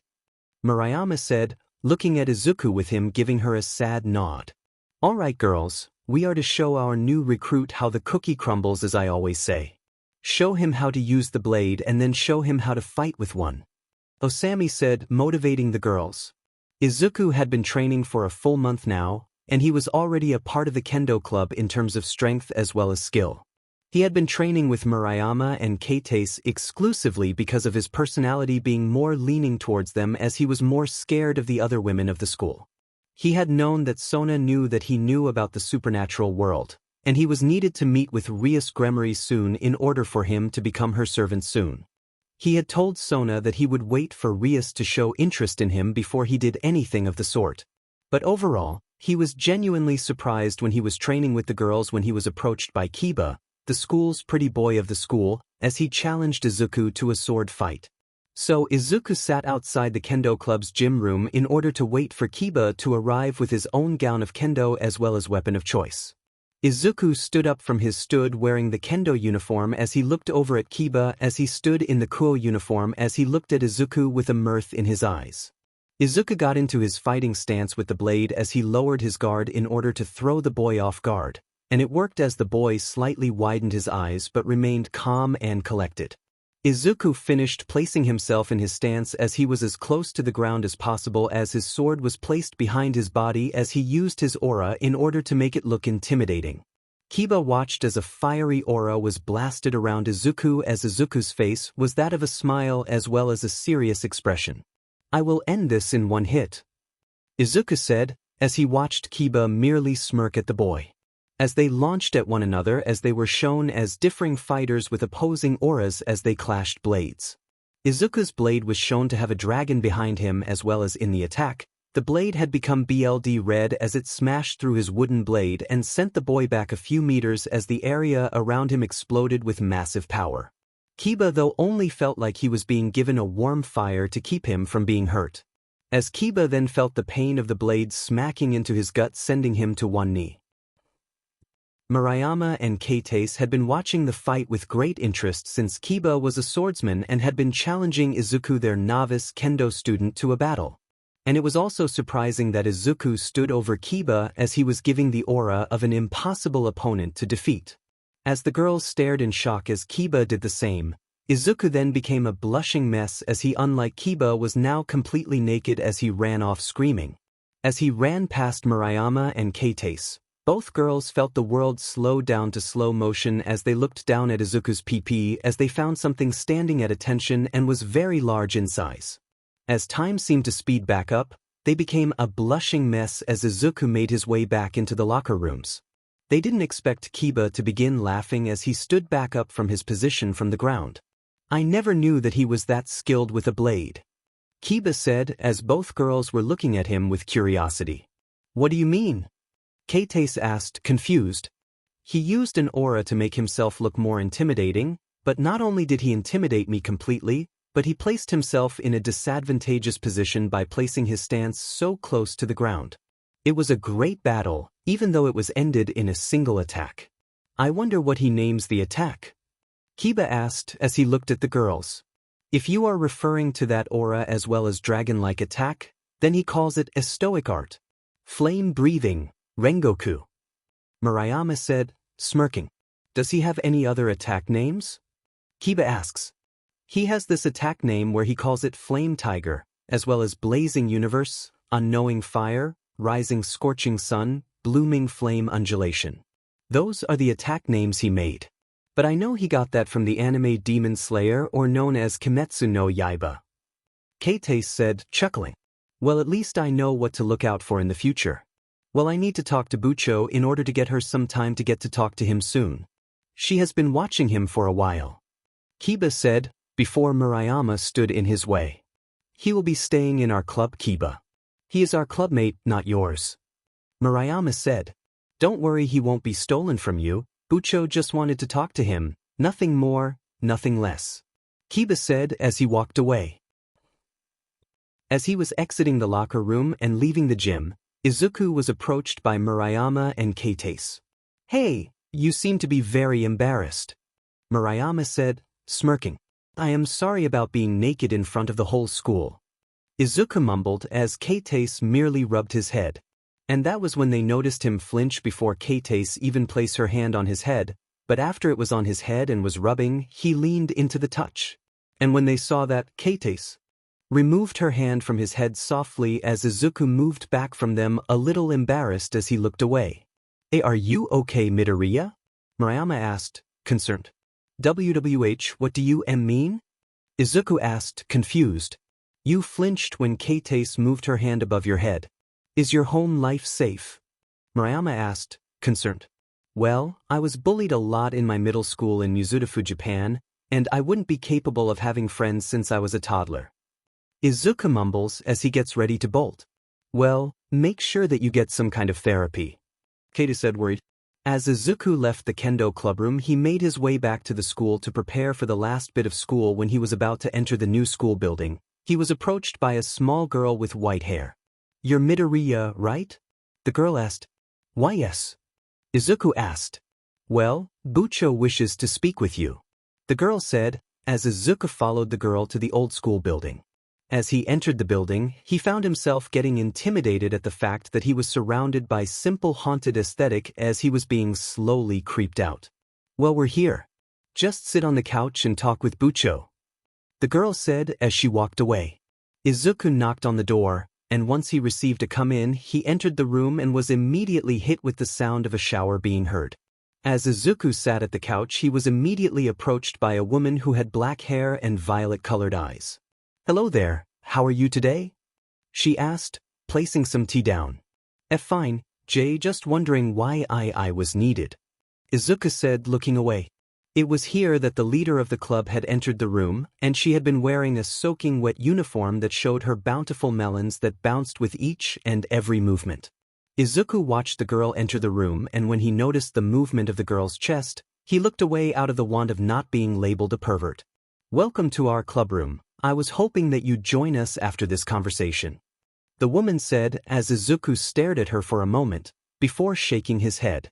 I can't join your clubroom since I already am a part of another one. Izuku said, looking away. Well, that sucks. But that doesn't mean that I can't get you to join. The redhead said, smirking at him seductively. I am sorry, but am I here to be seduced or not? Because if I am just going to leave. Izuku said, sighing. Sorry, just teasing you. Well, what do you know about the supernatural? The girl asked as Izuku stared at her. Well, I know enough to know about the fact that both of you are a part of it. You are of the Gremory clan of devils, and I am not sure about her. Izuku said, looking at the black-haired woman. Well, my name is Akino, and I am a part of the devil faction as well. I am Ria's servant as her queen. Akino said, smiling. I guess that I can leave now. I wouldn't wish to keep you both distracted with how your third years. Izuku said, getting up and leaving the room. You sensed it, Akino? Rias asked, curious. Yes, I felt the presence of a dragon. Not only that, but it was very similar to Draig, the Welsh dragon of domination. Aquino said, smirking. Well, we need to get him on our side as well as get him to help me with my problem. Rias said as she stared out the window to Izuku running to the new school building. Izuku was in school once again. It was a great time there as well. Everyone had lowered their thoughts about him being a really bad pervert on the likes of the perverted duo. But overall, he was training with the kendo girls in getting his swordsmanship better than ever before. He also was told by Draig earlier that morning to increase his range of weapons, and he asked them if they had some bows and arrows that he can utilize his training on. When asked why he wanted to learn how to use a bow and arrow, he stated that it was just to increase his versatility. When they showed him where the materials were done, he had made sure to learn from the directions as well as he learned as fast as possible. He really wanted to get as strong as possible in order to unlock his balance breaker from Draig's power in order to really start getting stronger. So during the few weeks that had passed, he had trained harder than usual. That was getting the kendo girls a little worried about how much training he was doing in order to get stronger. It all culminated in the fact that one day he was barely on his feet when he was stumbling into the clubroom, and the girls were extremely worried about him. With him stumbling around, they thought that he was extremely tired, but that wasn't what was causing their unrest. He had bags under his eyes, but his entire body was trembling as if he stayed up the entire week just training without stopping.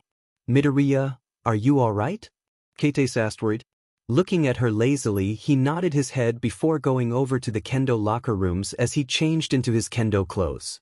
Standing in the arena, he stood across from one of the other women in the club as they launched themselves at him. His dodging was swift as well as predicted, with flawless power used without wasting stamina. He slapped the sword on the girl's back softly as she moved back as he stood in a stance of one of his more powerful strikes. It was the Blazing Universe move. Moving faster than the girl could even register, he appeared behind her, swiping the wooden blade down her back as she collapsed to the ground unconscious. Izuku didn't understand what was happening. He was extremely tired, but his movements were already on par with that of when he was fully awake. But to him, what was that yelling? Why were people surrounding him like he was hurt? As he looked around himself, he found the area around him in flames as he looked down at his chest. It had a small indentation inside it as he coughed up blood for the first time since joining the club. Oh, so that was why I heard someone screaming. Izuku mumbled as he fell back onto the ground unconscious. Hurry, get him to the nurse's office. Murayama called out, worried. She had heard him mumble that as he fell back as they looked at Kaneko as she was looking at him in worry. She hadn't meant to hit him that hard, since it seemed like his mind was elsewhere, and when he then started to wheeze from her hit, she knew it hit him when she then saw blood as she started to look at the kendo girls. They all screamed at how his chest seemed to cave in, and they immediately tried to push him to the ground, but when he mumbled some words, the girls got even more scared for him. So here we are, inside the nurse's office as the said nurse was healing him with the best she could as he slept on the bed. All right, tell me what happened to him? She asked, as Murayama told her what happened. You all are aware that he is quirkless, right?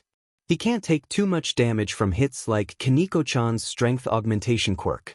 The moment he was hit in the chest, it caused his heart to stop momentarily. I'm surprised he stayed alive from that. The nurse said, surprised by his vitality. The day would continue on as Kaneko would sit next to Izuku's sleeping body as she silently prayed to Satan for his safe recovery. But just as she was about to leave the nurse's office, she overheard him mumbling something in his sleep. Kaken, please stop. I didn't mean to do it. Izuku mumbled as he started to sweat. He's having a nightmare? She asked softly. Walking over to him, she looked up to see Aquino standing in the sky with her wings out and charging some electricity. Holy! SHT? Both Izuku and Draig called out, as the blast hit them dead on. As the blast created a smoke cloud, Izuku could barely hear the snickering of Aquino as she floated down to see what happened through the smoke. Landing near him, she found that there was a cartoonish imprint on the ground with Izuku's image on it as she started to laugh. I didn't believe that this would happen. Aquino laughed. Right behind you. Izuku yelled, gaining her attention as he landed a punch on her back, sending her into the distance of the school grounds.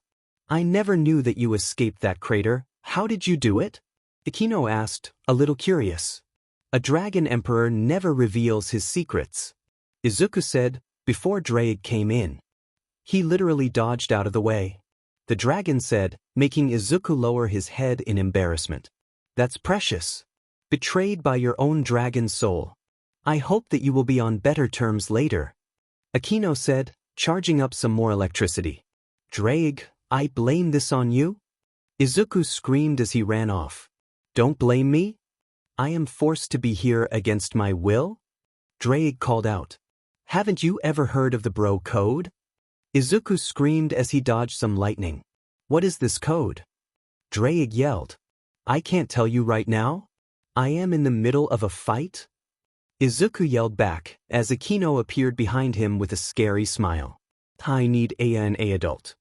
Izuku mumbled as he stared at her in fear. But his face was also red from how close her chest was to his face. Don't worry, the pain will be but momentary, pain will follow. Akino said, as she blasted Izuku with him screaming in pain. Akino, can you please tell me why Izuku is here and covered in bandages? Sona asked, angrily. I attacked him to see if his situational awareness is good enough, but you can see what happened. She said happily. Keep this woman away from me. She attacked me while I was on my way to school. Izuku screamed as he hid behind Tsubasa. The entire room chuckled at his fear of Akino as said woman chuckled at his fear as well. Well, someone needs to make sure that you're on your toes every day. Akino said. I have Drake for that? I don't need my fear of women getting stronger. Izuku said, moving closer and closer to the door. You are aware that you're hiding behind a woman, right? Sona asked, with a smirk on her face. Izuku asked, looking up at Tsubasa's eyes, before becoming red in the face. Sorry? Izuku squeaked as he left the student council room. Akino, can you please tell me why you would attack Izuku knowing his fear of women? Sona asked. Rias had sent me out to see how well he could fight, and he did well against me to last as long as he did. Were it anyone else, they would have died. He has some serious pain tolerance if I had to say anything. Akino said, smiling. Well, that can be chalked up to his previous life as a quirkless individual in Musutafu. Sona said, causing the Nadeshiko woman to look at her curiously. What happened to him to make him move here? Akino asked. He was framed for something that he never did, and is now being searched for all over the world. Sona said, angrily. Well, what did he exactly do? Akino asked. He merely existed in the presence of his old friend Katsuki Bakugo. Sona said, placing a file down. Katsuki Bakugo. Quirk explosion. It says here that he wishes to be a hero, but it says nothing about bullying nor attacking other students. Akino said, looking concerned. This boy is the reason why Izuku is afraid of every single person he comes across. He bullied him physically to the point that explosions as well as lightning strikes don't work that well on his body as it acclimated enough to handle the power of the attack. Then there is the fact that the very same boy as well as his peers had mentally abused him to the point that he doesn't even value his own life. Not to mention that Izuku's idol All Might told him that a quirkless hero will never be something that could happen because of the fact that quirks are so powerful it would be literally impossible to defeat a quirked user without one. Sona said. I'm beginning to think that there is a but in there. Akino said. But from what I saw from his notebooks about heroes and villains, he very well could have become a quirkless hero who works as a quirk counselor at Yui in the daytime, while being a quirkless underground hero at night. Give him the mind of Nizu as well as the physical prowess of Aizawa Shota, otherwise known as Eraserhead, and Izuku would have become one of the most unstoppable quirkless heroes of all time. Sona said, revealing Izuku's hero analysis notebook. Akino picked it up and read it as she noticed that all these notes were completely accurate of certain heroes as well as other classmates in their classes of this school. And you said that he could have been the first ever quirkless hero with these notes? Akino said, looking worried. Yes, I know about what you're thinking about as well. He could have become Sona said, before Akino finished. Villain. If he broke his mind before coming here, he could have used this place as his base of operations, and we wouldn't have been none the wiser to his plans of revenge. Akino said, which made her silently glad that their generation's Red Dragon Emperor wasn't a villain through and through, and a pure boy who just wanted to be acknowledged for the skills he has and to attain his unattainable dream of being a quirkless hero. But now that his image has been tarnished, he can't become what he so wished to become for his entire life. Rias really will want him after hearing about all of this. It seems like he is still hurting for what this Katsuki Bakugo did to him. Akino thought to herself. Izuku was on his way home when he noticed a presence following him home, so stopping near the corner of an alleyway he hid so he could find out who was following him. As soon as the person appeared around the corner, Izuku clotheslined them as he saw that it was just Kaneko tailing him. "Oh my gosh! I am so sorry, Kaneko-chan," Izuku said, as Kaneko was helped from the ground. "Don't worry about that. How did you know I was following you?" she asked as Izuku walked with her to his home. "I felt a presence following behind me as I ran and hid back here," Izuku said, as Kaneko nodded her head. "Well, that was a good idea, since I would have had to continue following you on foot. But make sure to keep an eye on the sky in case a fallen angel decided to get the jump on you," Kaneko said, as they arrived at Izuku's home. "Did you want to come inside, Kaneko-chan?"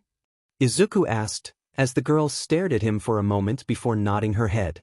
"Sure," she said, monotonously.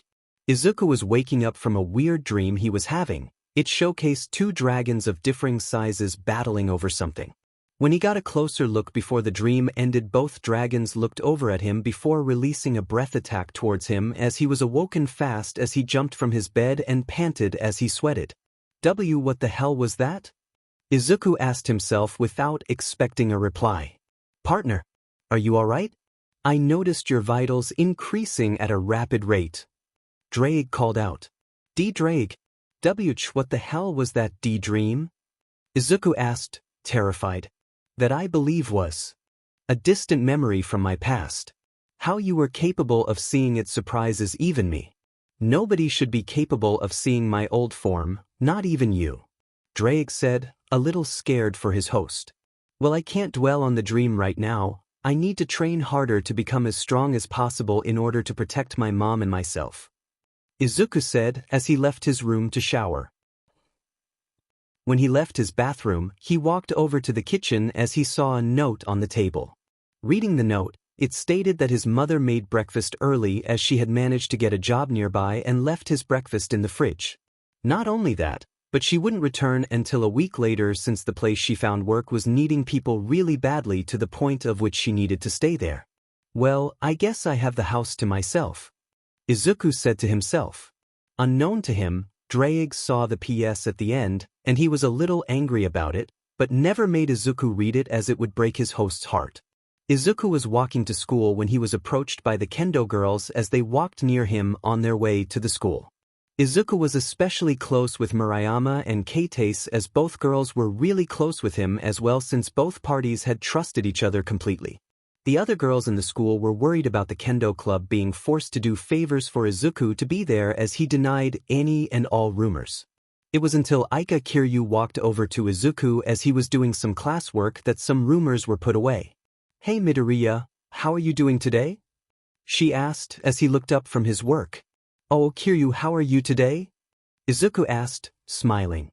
He had gotten over his fear of Aika over the previous weeks since her first appearance. She had also apologized for jump-scaring him when he was changing. So now apparently the duo was very close and some of the women of the school thought that Kiryu was making Izuku do her some favors in order to be close to him. When in reality, it was the other way around. Izuku asked Aika some favors in order to keep the other girls away from him whenever he trained. From Aika's point of view, she saw a very nervous as well as scared teen who was scared of everything and was training to put that fear away. But the worst part about it was when she watched him change his clothes in front of her, she had blushed at his groin size as well as she got hot and bothered enough to scare him.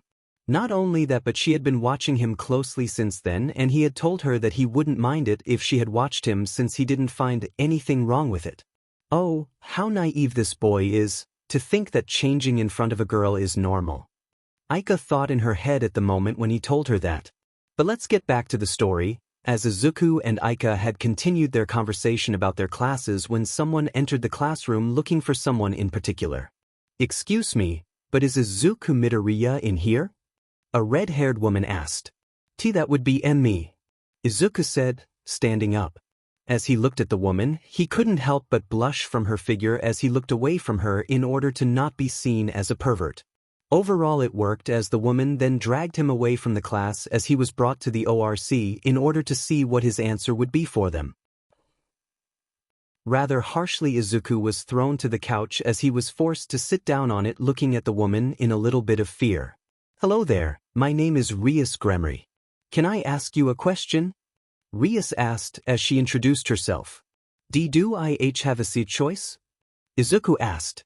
"No," she said, as Izuku nodded at her then as she began. "I need you to become a devil for me," she said bluntly.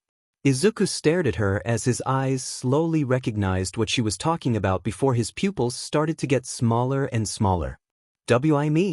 I mean, there has to be even better people to add to your peerage than me, right? Izuku asked in concern. "If you don't, I will find a way to do it without your consent," Rias said angrily.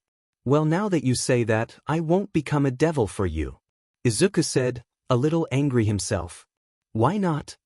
Am I not pretty enough for you?" she yelled, getting into Izuku's personal bubble. "No, that's not it. I just don't want to lose my humanity," Izuku said as he looked away. "What do I have to do in order to make you accept?" she said as she stared at Izuku.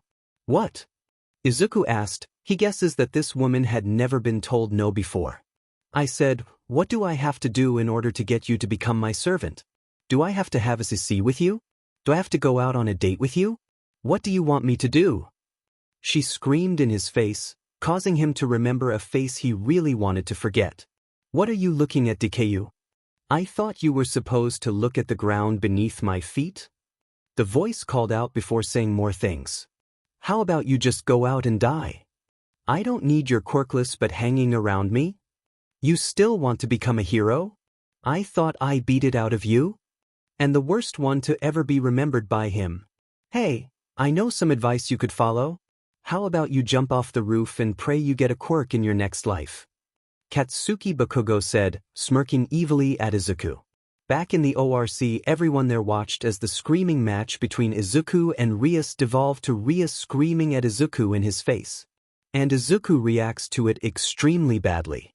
He begins to break down as he falls to his knees as he holds his chest in pain, as well as he breathes way too fast for him to be breathing like this. "Tell me what you need me to do," Rias screams down at him. Izuku continues to breath heavily as he begins to fully go under a panic attack as he completely loses sight of everything around him as his breath quickens. Unknowingly, his body reacted with the boosted gear coming out as Drake's voice coming out to help his partner. "Partner, you need to calm down. Breath?" Drake called out in worry. As everyone was now fearful of the dragon now speaking for Izuku, they soon watched as Izuku's pupils became completely covering his eyes as he soon passed out on the ground before getting up from the ground and his eyes replaced by a jade green color. "Gremory? How dare you initiate a screaming match against my host? Do you have any idea what you did to his psyche? He was recovering from a mental breakdown because you caused some memories to come out? From this he will never become one of your servants?" Drake yells in anger, scaring everyone present. Nobody said that they didn't wish to be a devil, so what gives Drake? She asked, confused. "Little lady, have you even looked into my host's past to see that he has a bad habit of entering a panic attack whenever someone yells in his direction? He was suffering from one when you literally tried to force him to do something he didn't wish to do. Now if you don't mind, I will take my host to your friend Sona in order to make sure that she keeps him mentally calm. After today he will need it," Drake said angrily as he walked Izuku's body away. As he left the room, Rias looked at Izuku's retreating form as she began to cry, losing all hope of her being free from her troubles. But she had a plan still in action. If she could make sure that he was killed, she could revive him and make it to where Izuku can fight for her that way. As Izuku's body was near the student council room, his body collapsed next to the door, causing those inside to hear the sound of something hitting the ground. When the door was opened, it was a girl with brown hair with purple eyes who saw the unconscious Izuku, who had some blood coming out of his nose, who screamed in fear. Kaiya! Sona didn't know whether or not to be surprised or angered at Rias' gramarye. Rias was a spoiled brat who wanted to complain about her problems instead of doing something about it right then and there. She hadn't even talked to Izuku that much, but from what she was capable to gather from Izuku was a very timid, as well as socially anxious boy who was startled by even the slightest movement towards him. He was like a very scared rabbit that was at any moment thinking of running away from any and all conflict before something bad happened, but just had the bad luck of being incapable of dodging it fast enough before it did any damage to both his mental and physical health. So, imagine her fury coming towards a crying Rias as she tells how Izuku had a panic attack right in front of her and she did nothing? She just continued to scream at him until Drake had to take over Izuku's body in order to make sure his host was alright mentally. Not only that, but apparently Rias screaming in Izuku's face caused some memories to come back from the back of Izuku's mind as he underwent a complete mental breakdown in front of the gramarye peerage as they did nothing to help him. She was right now sitting next to a sleeping Izuku as he was trying to patch together his broken mind in order to be a functional part of society once more. It wouldn't be until later that evening that the woman would have a screaming match with Rias, all because the beach didn't want Izuku to say no to her face and walk away. And what made her even more furious was the fact that she was still going to try and get him to join her peerage even after that moment. But not in the way she wanted. Rias was going to have him die so that she can force him back from the dead in order to save his life and have him eternally serving him until she deems it. She had no idea what was going to happen later on that day, since Izuku was walking away from the school as Sona watched him go. Izuku was walking to his home, his mind completely fixed as he was trying to think about why Rias was screaming at him. He had been thinking too much about Rias' complaints about him not wishing to become a devil with her peerage and become her servant for eternity. She even said that she'd stuck him when she had the chance when he was leaving the school in order for her to have him as a servant. He thought she was crazy at that moment as he walked across the bridge and into the Kuoh Town's park in order to get his mind on track. Standing in front of a fountain, Izuku wasn't paying attention to the fact that someone was walking up behind him with a light spear ready to kill him as he voiced his thoughts. But why does everyone want me to join them? I just wish to be left alone so that I can defend myself and life out my life without any people wanting to kill me, fight me, or even stuck me to join them. Izuku said, as he sat on a bench. As he was about to sit down, he dodged an attack from the sky as he looked up to see a woman with a red light spear staring down at him with shock on her face. "Hello there, I need you to die here." "So die, Red Dragon," she called out, snarling. Izuku jumped back again before asking her for her name first before she tries to kill him again. He was surprised that it worked.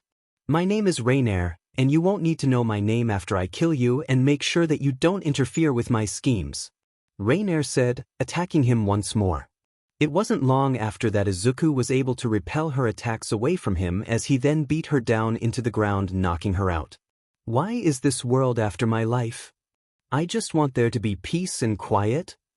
Izuku screams out, in fear and anger at everything. As Izuku was in his home, he was waking up from the amount of exhaustion he gained from his fight from Rainier. He had remembered what had happened when he fought her as he reached for his chest to see if there was any kind of scar, and as soon as he found it, he only saw a round scar around his lower gut.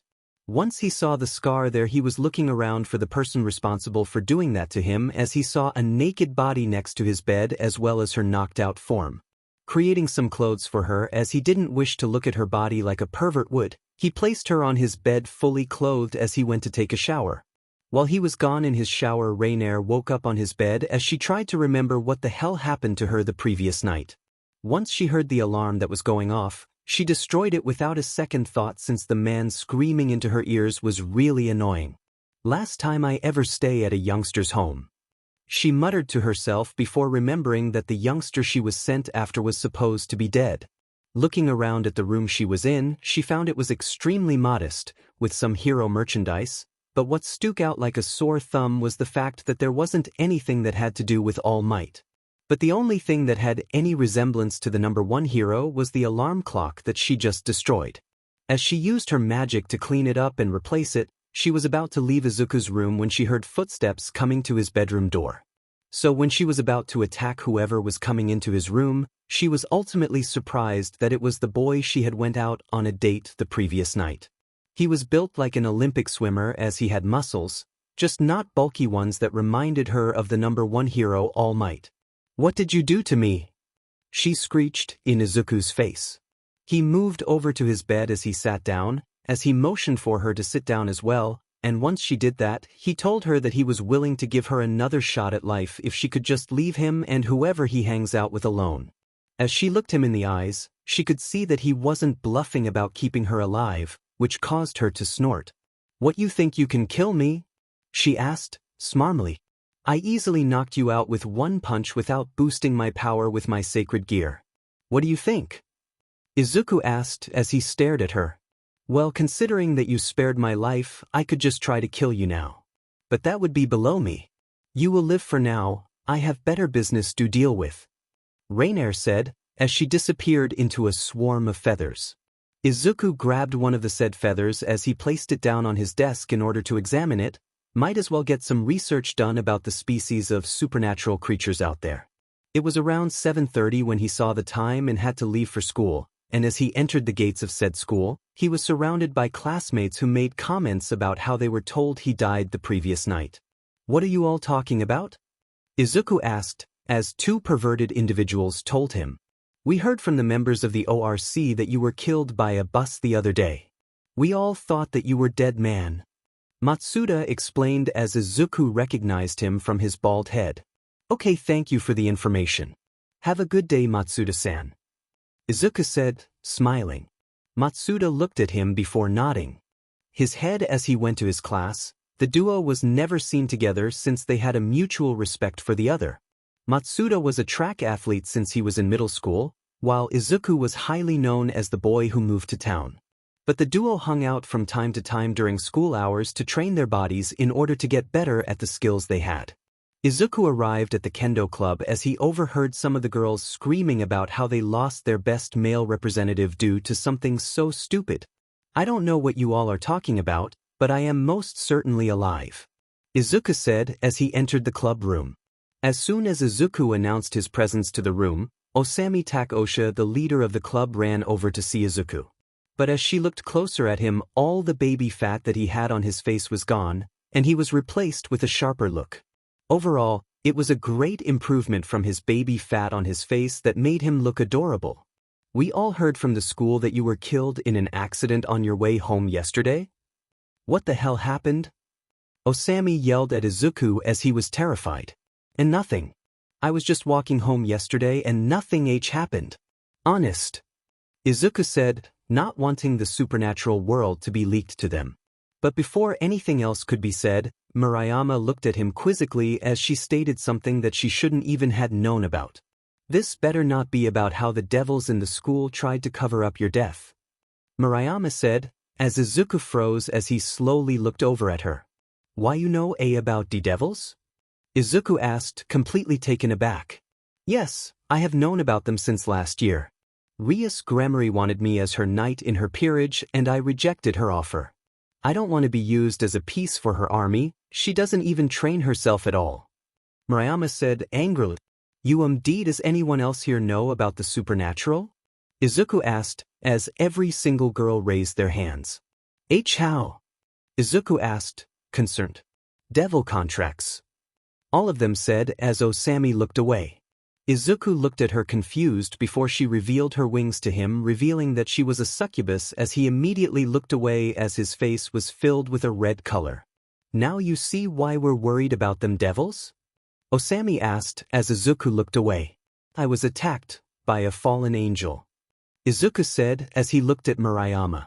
She looked at him with shock as he lifted his shirt to show everyone present there the newest scar on his chest, as it was a round hole that was healed over. "I was locked in a battle against a fallen angel named Rainier, and she had taken me out on a date in order to kill me. After she took me to the park where she intended to kill me, she was surprised when I defeated her in one punch and knocked her out, but before she passed out, she stabbed me in the gut. Izuku said, mumbling his apologies. As soon as the girls heard this, they zoned in on his other scars on his body as Murayama placed her hand on his back, which caused an involuntary flinch from the shirtless teen. "Is this from that boy Katsuki Bakugo?" Murayama asked, angrily, as she saw the starburst scars on his back as well as nape of his neck. When she received nothing of an answer, she nodded her head as Izuku looked away sadly as he sat down. "I have known about the supernatural for about a few years, Izuku. You can confide in us when you can't talk to yourself," Murayama said, smirking. "Talking to myself?" Izuku asked, confused. "You talk to yourself in the changing room. I hear a really deep voice in there sometimes, and I personally believe that you have a sacred gear. Really glad you decided to join our club, by the way," she said, smirking. "Well, I guess I can show you all," Izuku said, as he summoned his sacred gear, which in turn woke up Drake. "What the partner, what the hell is going on? And why are you showing me to your girlfriends?" Drake asked, angrily. As Izuku turned red at the girlfriend part, the other girls in the room blushed madly. "We aren't his girlfriends yet," Kate said as she was interrupted by Osami. "Oh sure. Anyway, any reason these girls can see your sacred gear, partner?" Drake asked, a little angry at his host. "Don't ignore me," Kate yelled in the background as Izuku spoke. "Well, everyone in here knows about the supernatural world, so I guess I thought, why not?" Izuku asked, concerned. "Well, at least you didn't show me to a bunch of strangers. I am glad for that part. Now you do realize about what kind of creature you are right now?" Drake asked, smirking within the gear. "Drake, I don't know what you've," Izuku said before starting a weird growl. Turning pink in the face, the girls around him looked even closer at him as they noticed something wrong with their cinnamon roll, as he looked as pink as he could get to look like a strawberry. His emerald eyes were slitted as well as having weird protrusions coming from his back as he felt itchy every few seconds. As soon as they realized what was happening, some of the girls were screeching in happiness. "Drake, what is going on? What am I?" Izuku asked, concerned. "You, my very oblivious friend, are a dragon now. From what I can calculate, about 50% dragon from the looks of it," Osami said, smirking lustfully. Before they could even get to talking about how she was looking at Izuku, the doors swung open to reveal a very unhappy Rias Gremory as she looked around the room. As she zeroed in on Izuku, she grabbed him before the girls could even react, even more so for Izuku since he was still completely confused about his situation. As soon as Rias Gremory locked him inside a room with her and her peerage, he looked around at the weird looks being shown his direction. "What?" Izuku asked, weirded out. My, you seem to be very happy," Akino said, smirking at him. I need an adult?" Izuku asked worriedly. "I am an adult," Rias said, smiling. No, you are a spoiled brat who doesn't even know how to train her power right," Izuku said, stuttering. As soon as everyone heard that, they looked at Izuku in surprise, as he stared at Rias with a stern gaze. "You are collecting fighters to help you with your marriage problems in the underworld. I know about it since Drake told me about it yesterday after I left the room. And about that little problem of me dying, why in the hell would you say that when there was no evidence that I was dead?" Izuku said, accusing them. "Well, you never answered the slip I gave you," Rias said as she stared at Izuku. "Answered the slip? Are you talking about the very obvious sigil that was only to be used should I be in danger or call for backup? Or maybe even yet, used to teleport you when I am on my deathbed in order to force me to become your servant for all eternity because you saved my life?" Izuku asked, looking at her eyes. "Well, I need the help. And Sona said that you told her that you'd join me when I asked," Rias said, looking for something to hold on to. "No, you simply didn't ask me to join you. You never gave me a reason to join you. I only rejected you because from the first impression I got of you was that you were spoiled as well as had been given everything you've ever had wanted in your life on a silver platter. I will not ally myself with someone who thinks they can get away with anything they want all because all they need to do is ask their parents as well as older brother for help." Izuku said before moving to leave the room. I didn't want it to come to this, Riz said as she looked away. As Izuku looked back at her, he gained as shocked look as she powered up her hand with a power of destruction as she stared into Izuku's eyes. I didn't wish to have it come to this. I need the power of the Red Dragon Emperor in order to save myself from the arranged marriage my family put me under. I will not allow this chance to go by. She yelled as she threw the blast over to Izuku, thinking it would kill him. As it smacked him through the wall of the building and out onto the courtyard, Sona was already outside when she saw Izuku sent flying out the wall. When she looked over at him, she saw him a little scuffed up as he ran over to her with Ria's club members not far behind him. Sona, can you tell me why she is trying to kill me? Izuku said as Sona looked at him neutrally. I told you to give her a chance, Izuku. You didn't, and now it had come to this. Sona said, but she made sure that he wouldn't die. Isn't this part of your territory as well? Can't you make them stop? Izuku said, incredulously. I'm sorry, Izuku, if there was anything I could do, I would make sure that you're safe. But there is really nothing I can even do at this moment. My sister and Ria's older brother gave her the go-ahead in order to make you her servant. I'm sorry. Sona said, looking away. I see. Izuku said, walking away with a broken look in his eyes. As the other devils in the area went to fight him, he didn't even let them have the satisfaction of having him fight back. He stood there as he took everything. They attacked him with a sword to the gut, slicing a bit of his skin off, a punch to the face sending him into a tree, followed by some power of destruction and lightning. As there was a crater in the school's courtyard, there was a smoke cloud as Izuku was standing in the middle of the crater. He was beaten up and bloody as he stared at his opponents with contempt as well as hatred. No, he wasn't showing pure hatred at them, it was pure pity at the fact that they need to kill him in order to force him to join their faction. As soon as the smoke cleared up because Izuku swiped his hand to the side showing all the damage he made a magic circle to head to somewhere that was truly neutral grounds. As he was making his magic circle, a group of girls heard the commotion as they were inside the circle and ran over to see what happened. Izuku was revealed to be beaten, bruised, and mortally wounded as he made a magic circle to escape from the devils. They immediately jumped into the fray as they defended him from the devils of Kuoh Academy as he was slowly finishing his spell. Unfortunately for three of the girls, Osami, Murayama, and Katase, they were taken as well when he launched the spell underneath his feet. As soon as the three girls noticed the circle underneath themselves, they made to move, leaving their leaders in the circle themselves as Izuku and the three leaders disappeared in a wisp of emerald flames.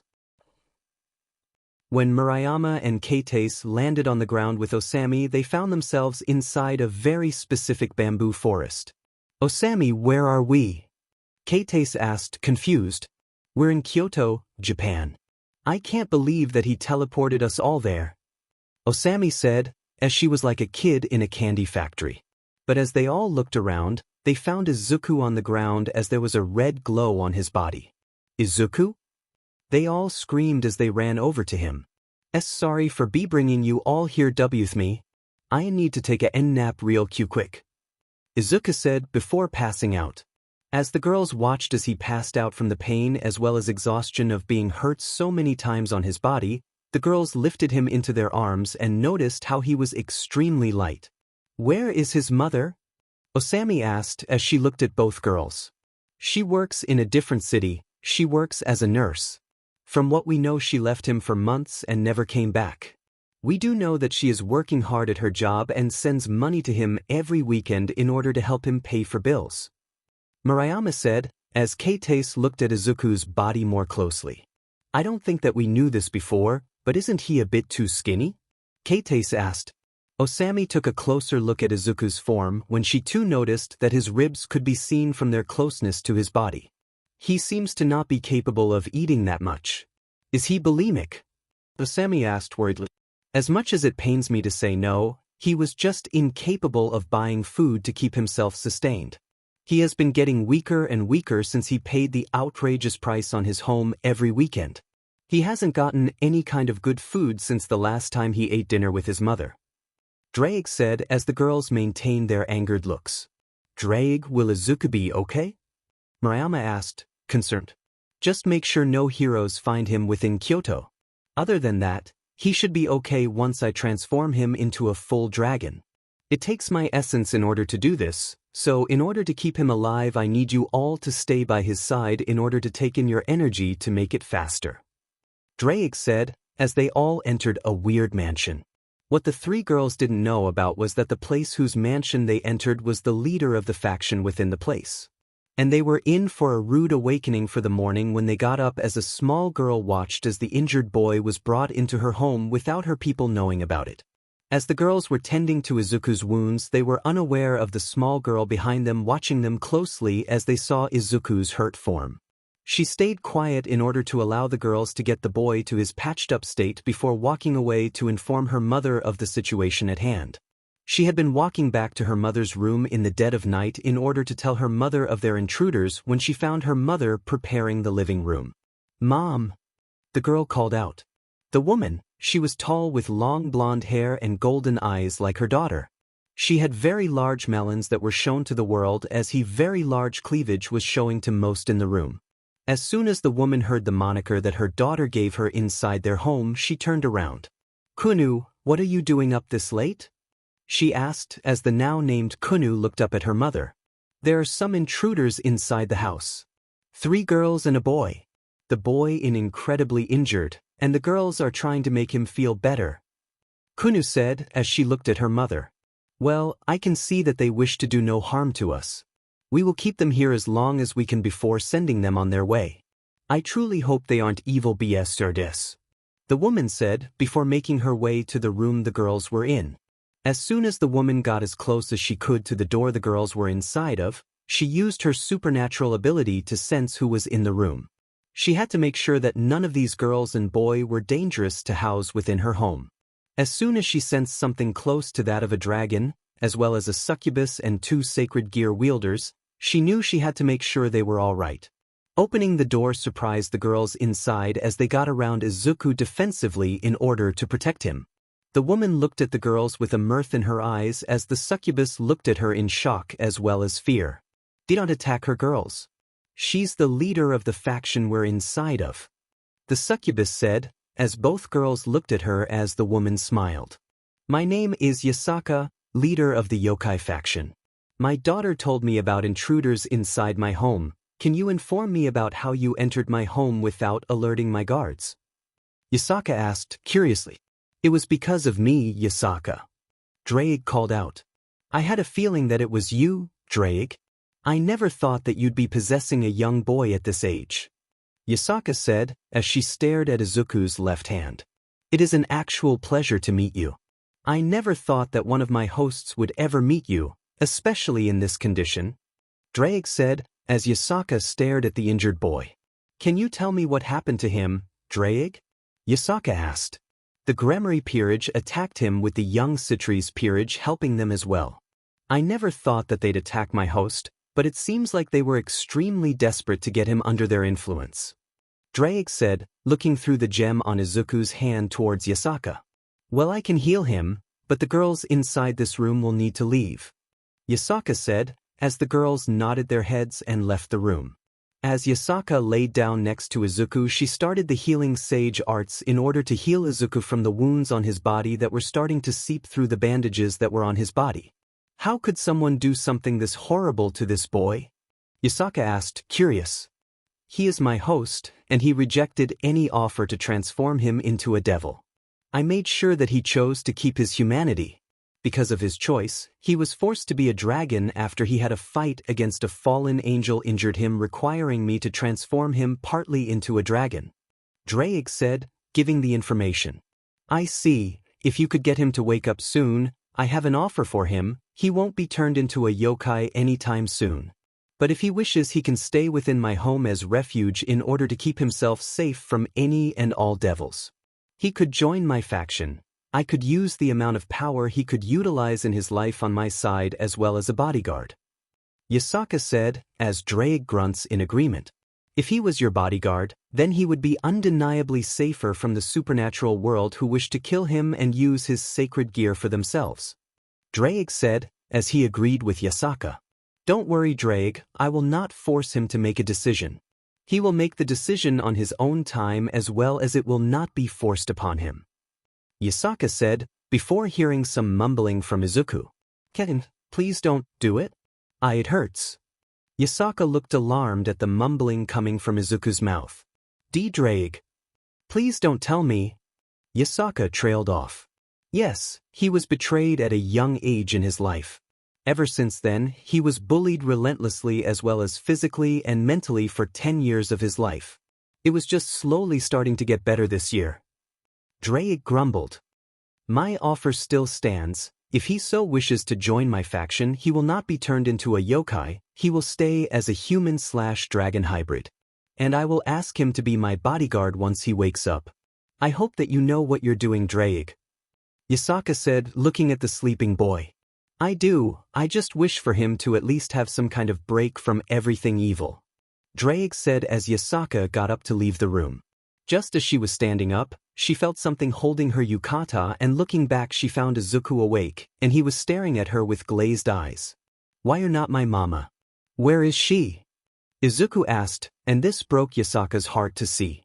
I am not your mama. I will be keeping you here until you are healed up from your injuries.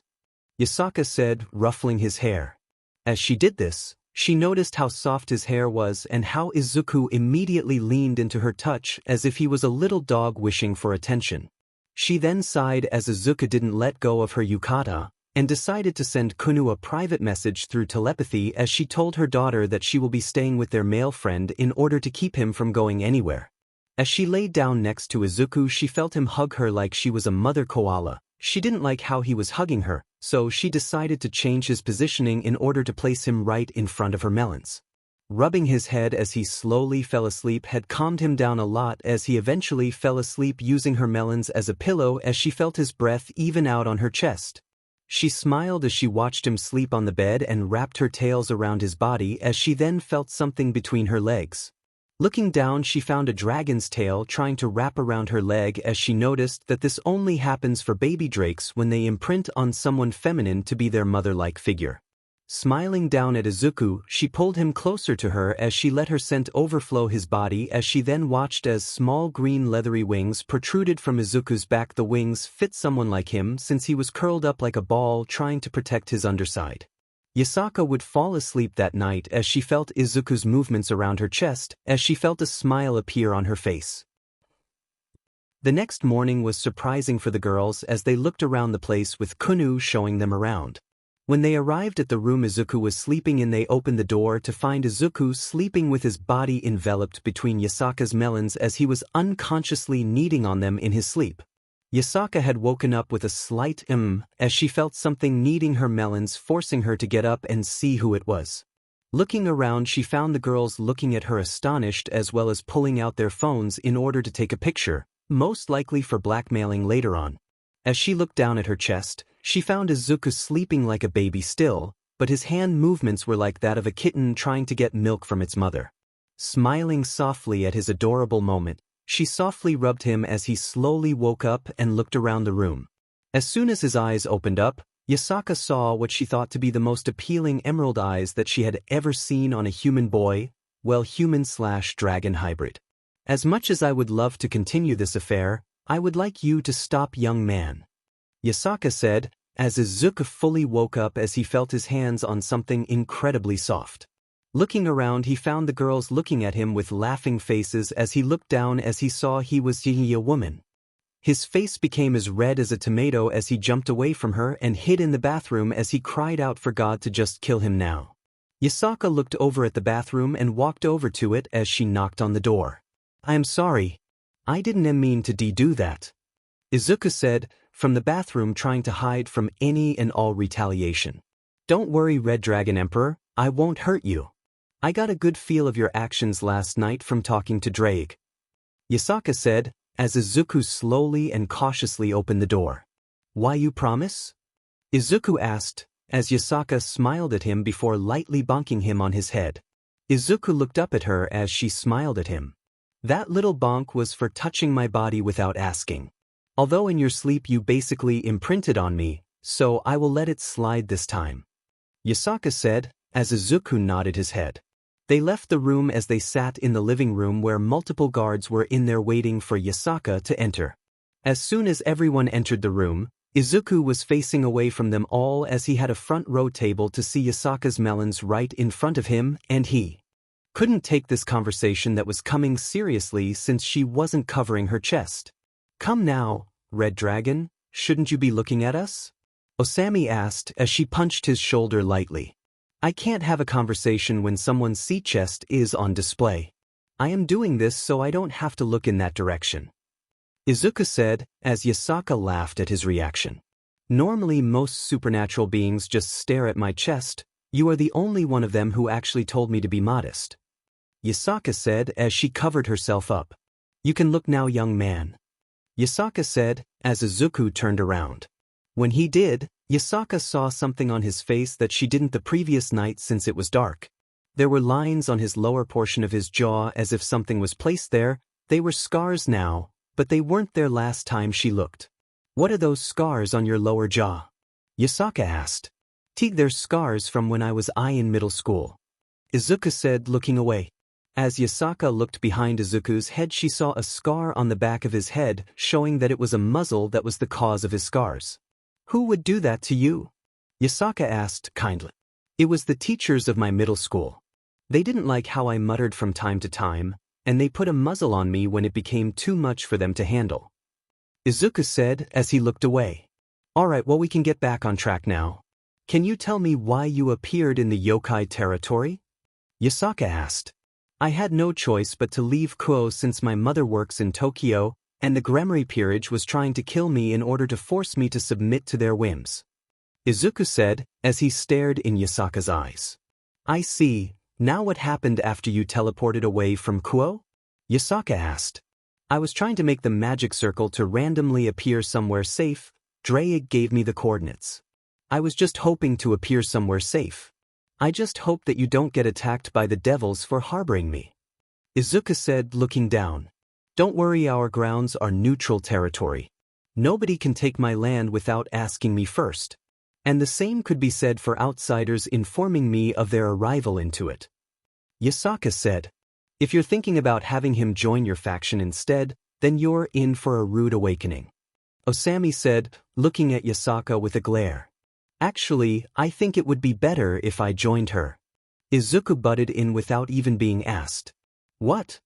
You nearly died, and you are thinking of joining her?" Osami asked, incredulous. "Well, she calmed me down last night since I was out of it. Not only that, but she kept me company when I wanted some.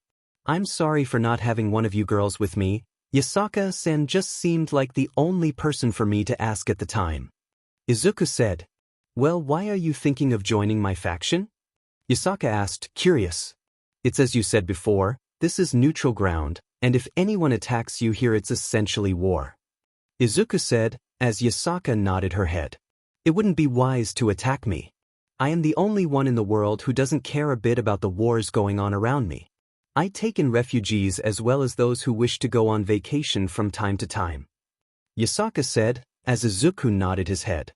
"If I were to stay here in Kyoto, what job would I have?"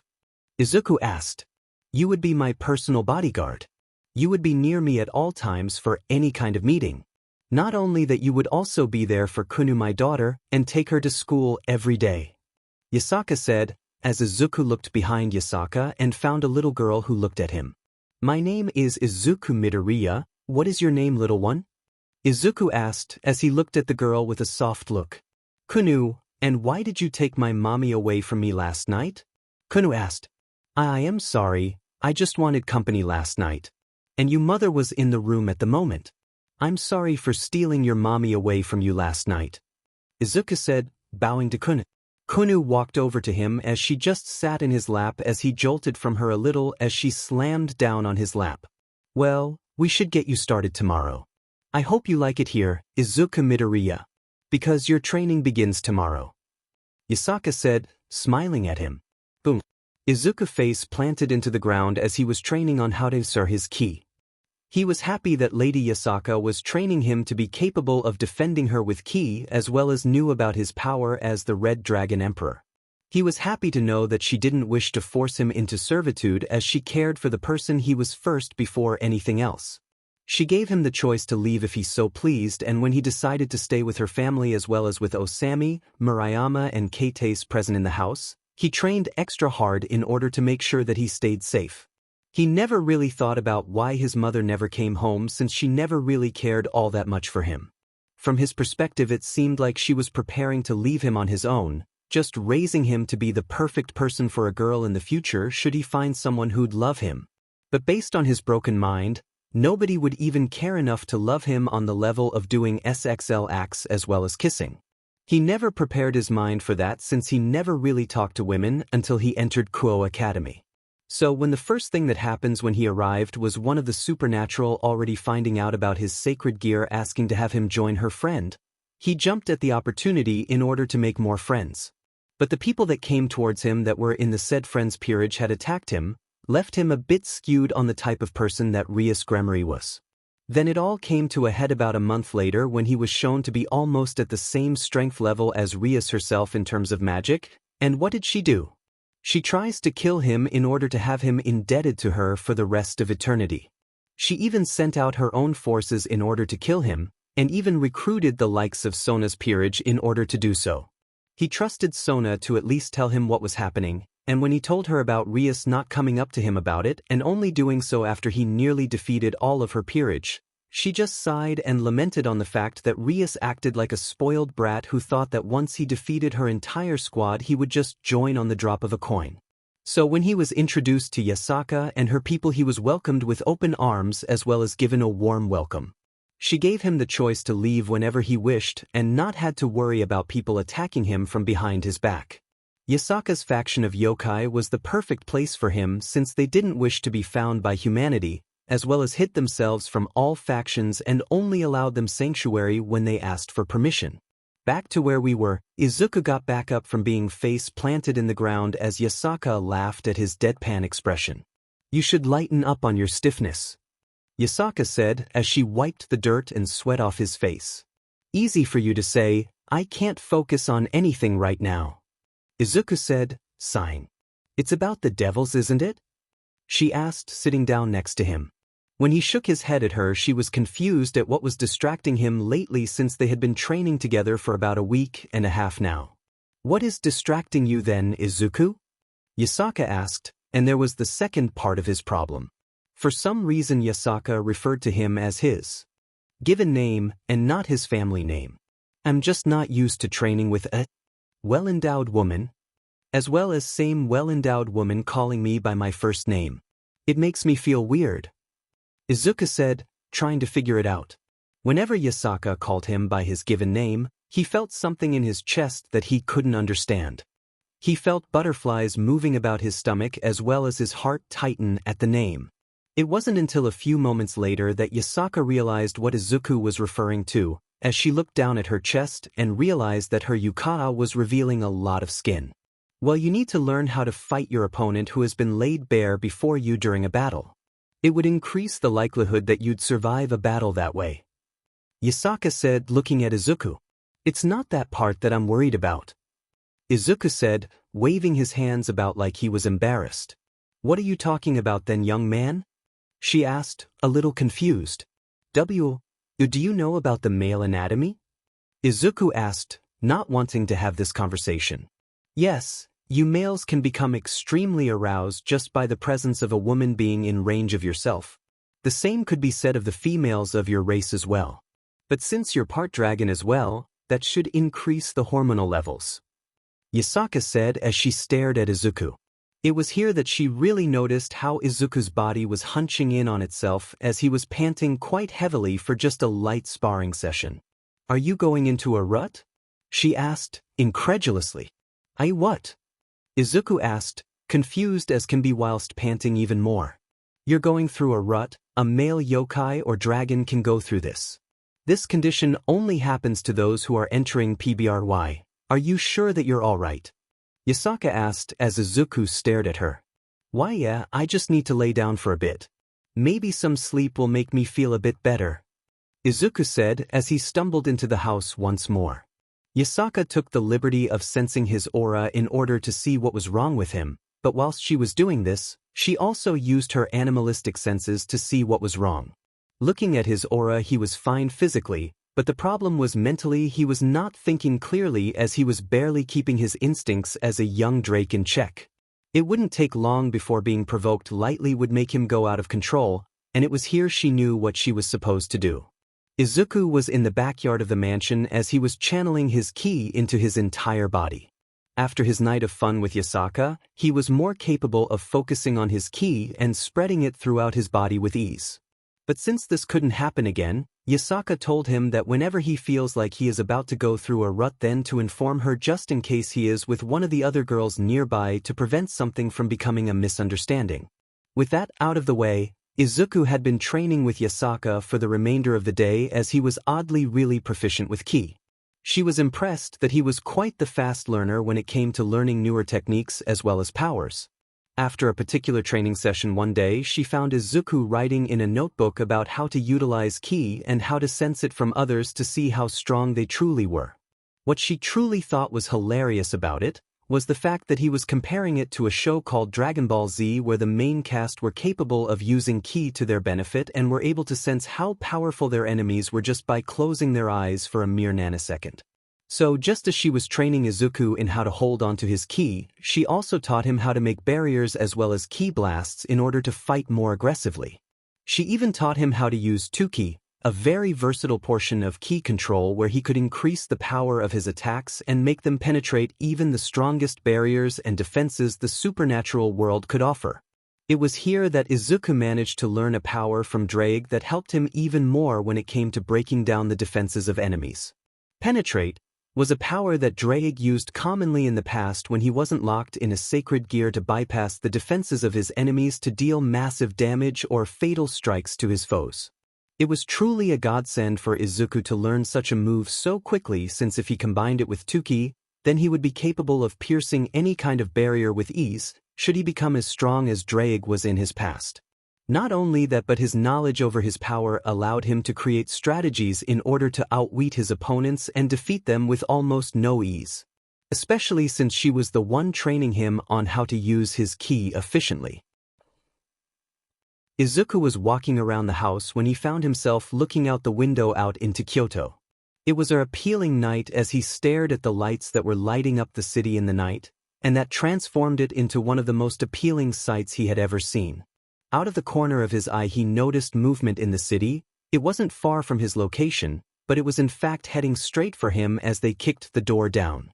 As Izuku got up from the ground, he ran behind a wall because there was a lot of smoke and debris everywhere. "Thought I saw the target in here." A feminine voice called out. "Well, what did the target look like?" Another voice called out, this one male. "Green hair, green eyes." He was definitely male, and he was looking like he was caught between a woman and a man during section. The woman said, smirking around the place. "Mirko, what have I told you about attacking my house at night?" Yasaka asked, as the now named Mirko bowed to Yasaka. "I'm sorry, ma'am, but we are looking for the villain on the run, Izuku Midoriya. He was last seen here," Mirko said, staring at the floor. From what I had seen of this boy, he was nothing other than a scared child looking for help. "Why do you need to take the boy in?" Yasaka asked sternly. "He has information on heroes that we have reason to believe that he has been selling to other villains in order to defeat and kill other heroes," Mirko said, as Izuku came out of hiding in order to speak his mind. "That is a lie. I would never sell my notebooks on heroes. Kaken was lying to you all," Izuku screamed out from behind a wall.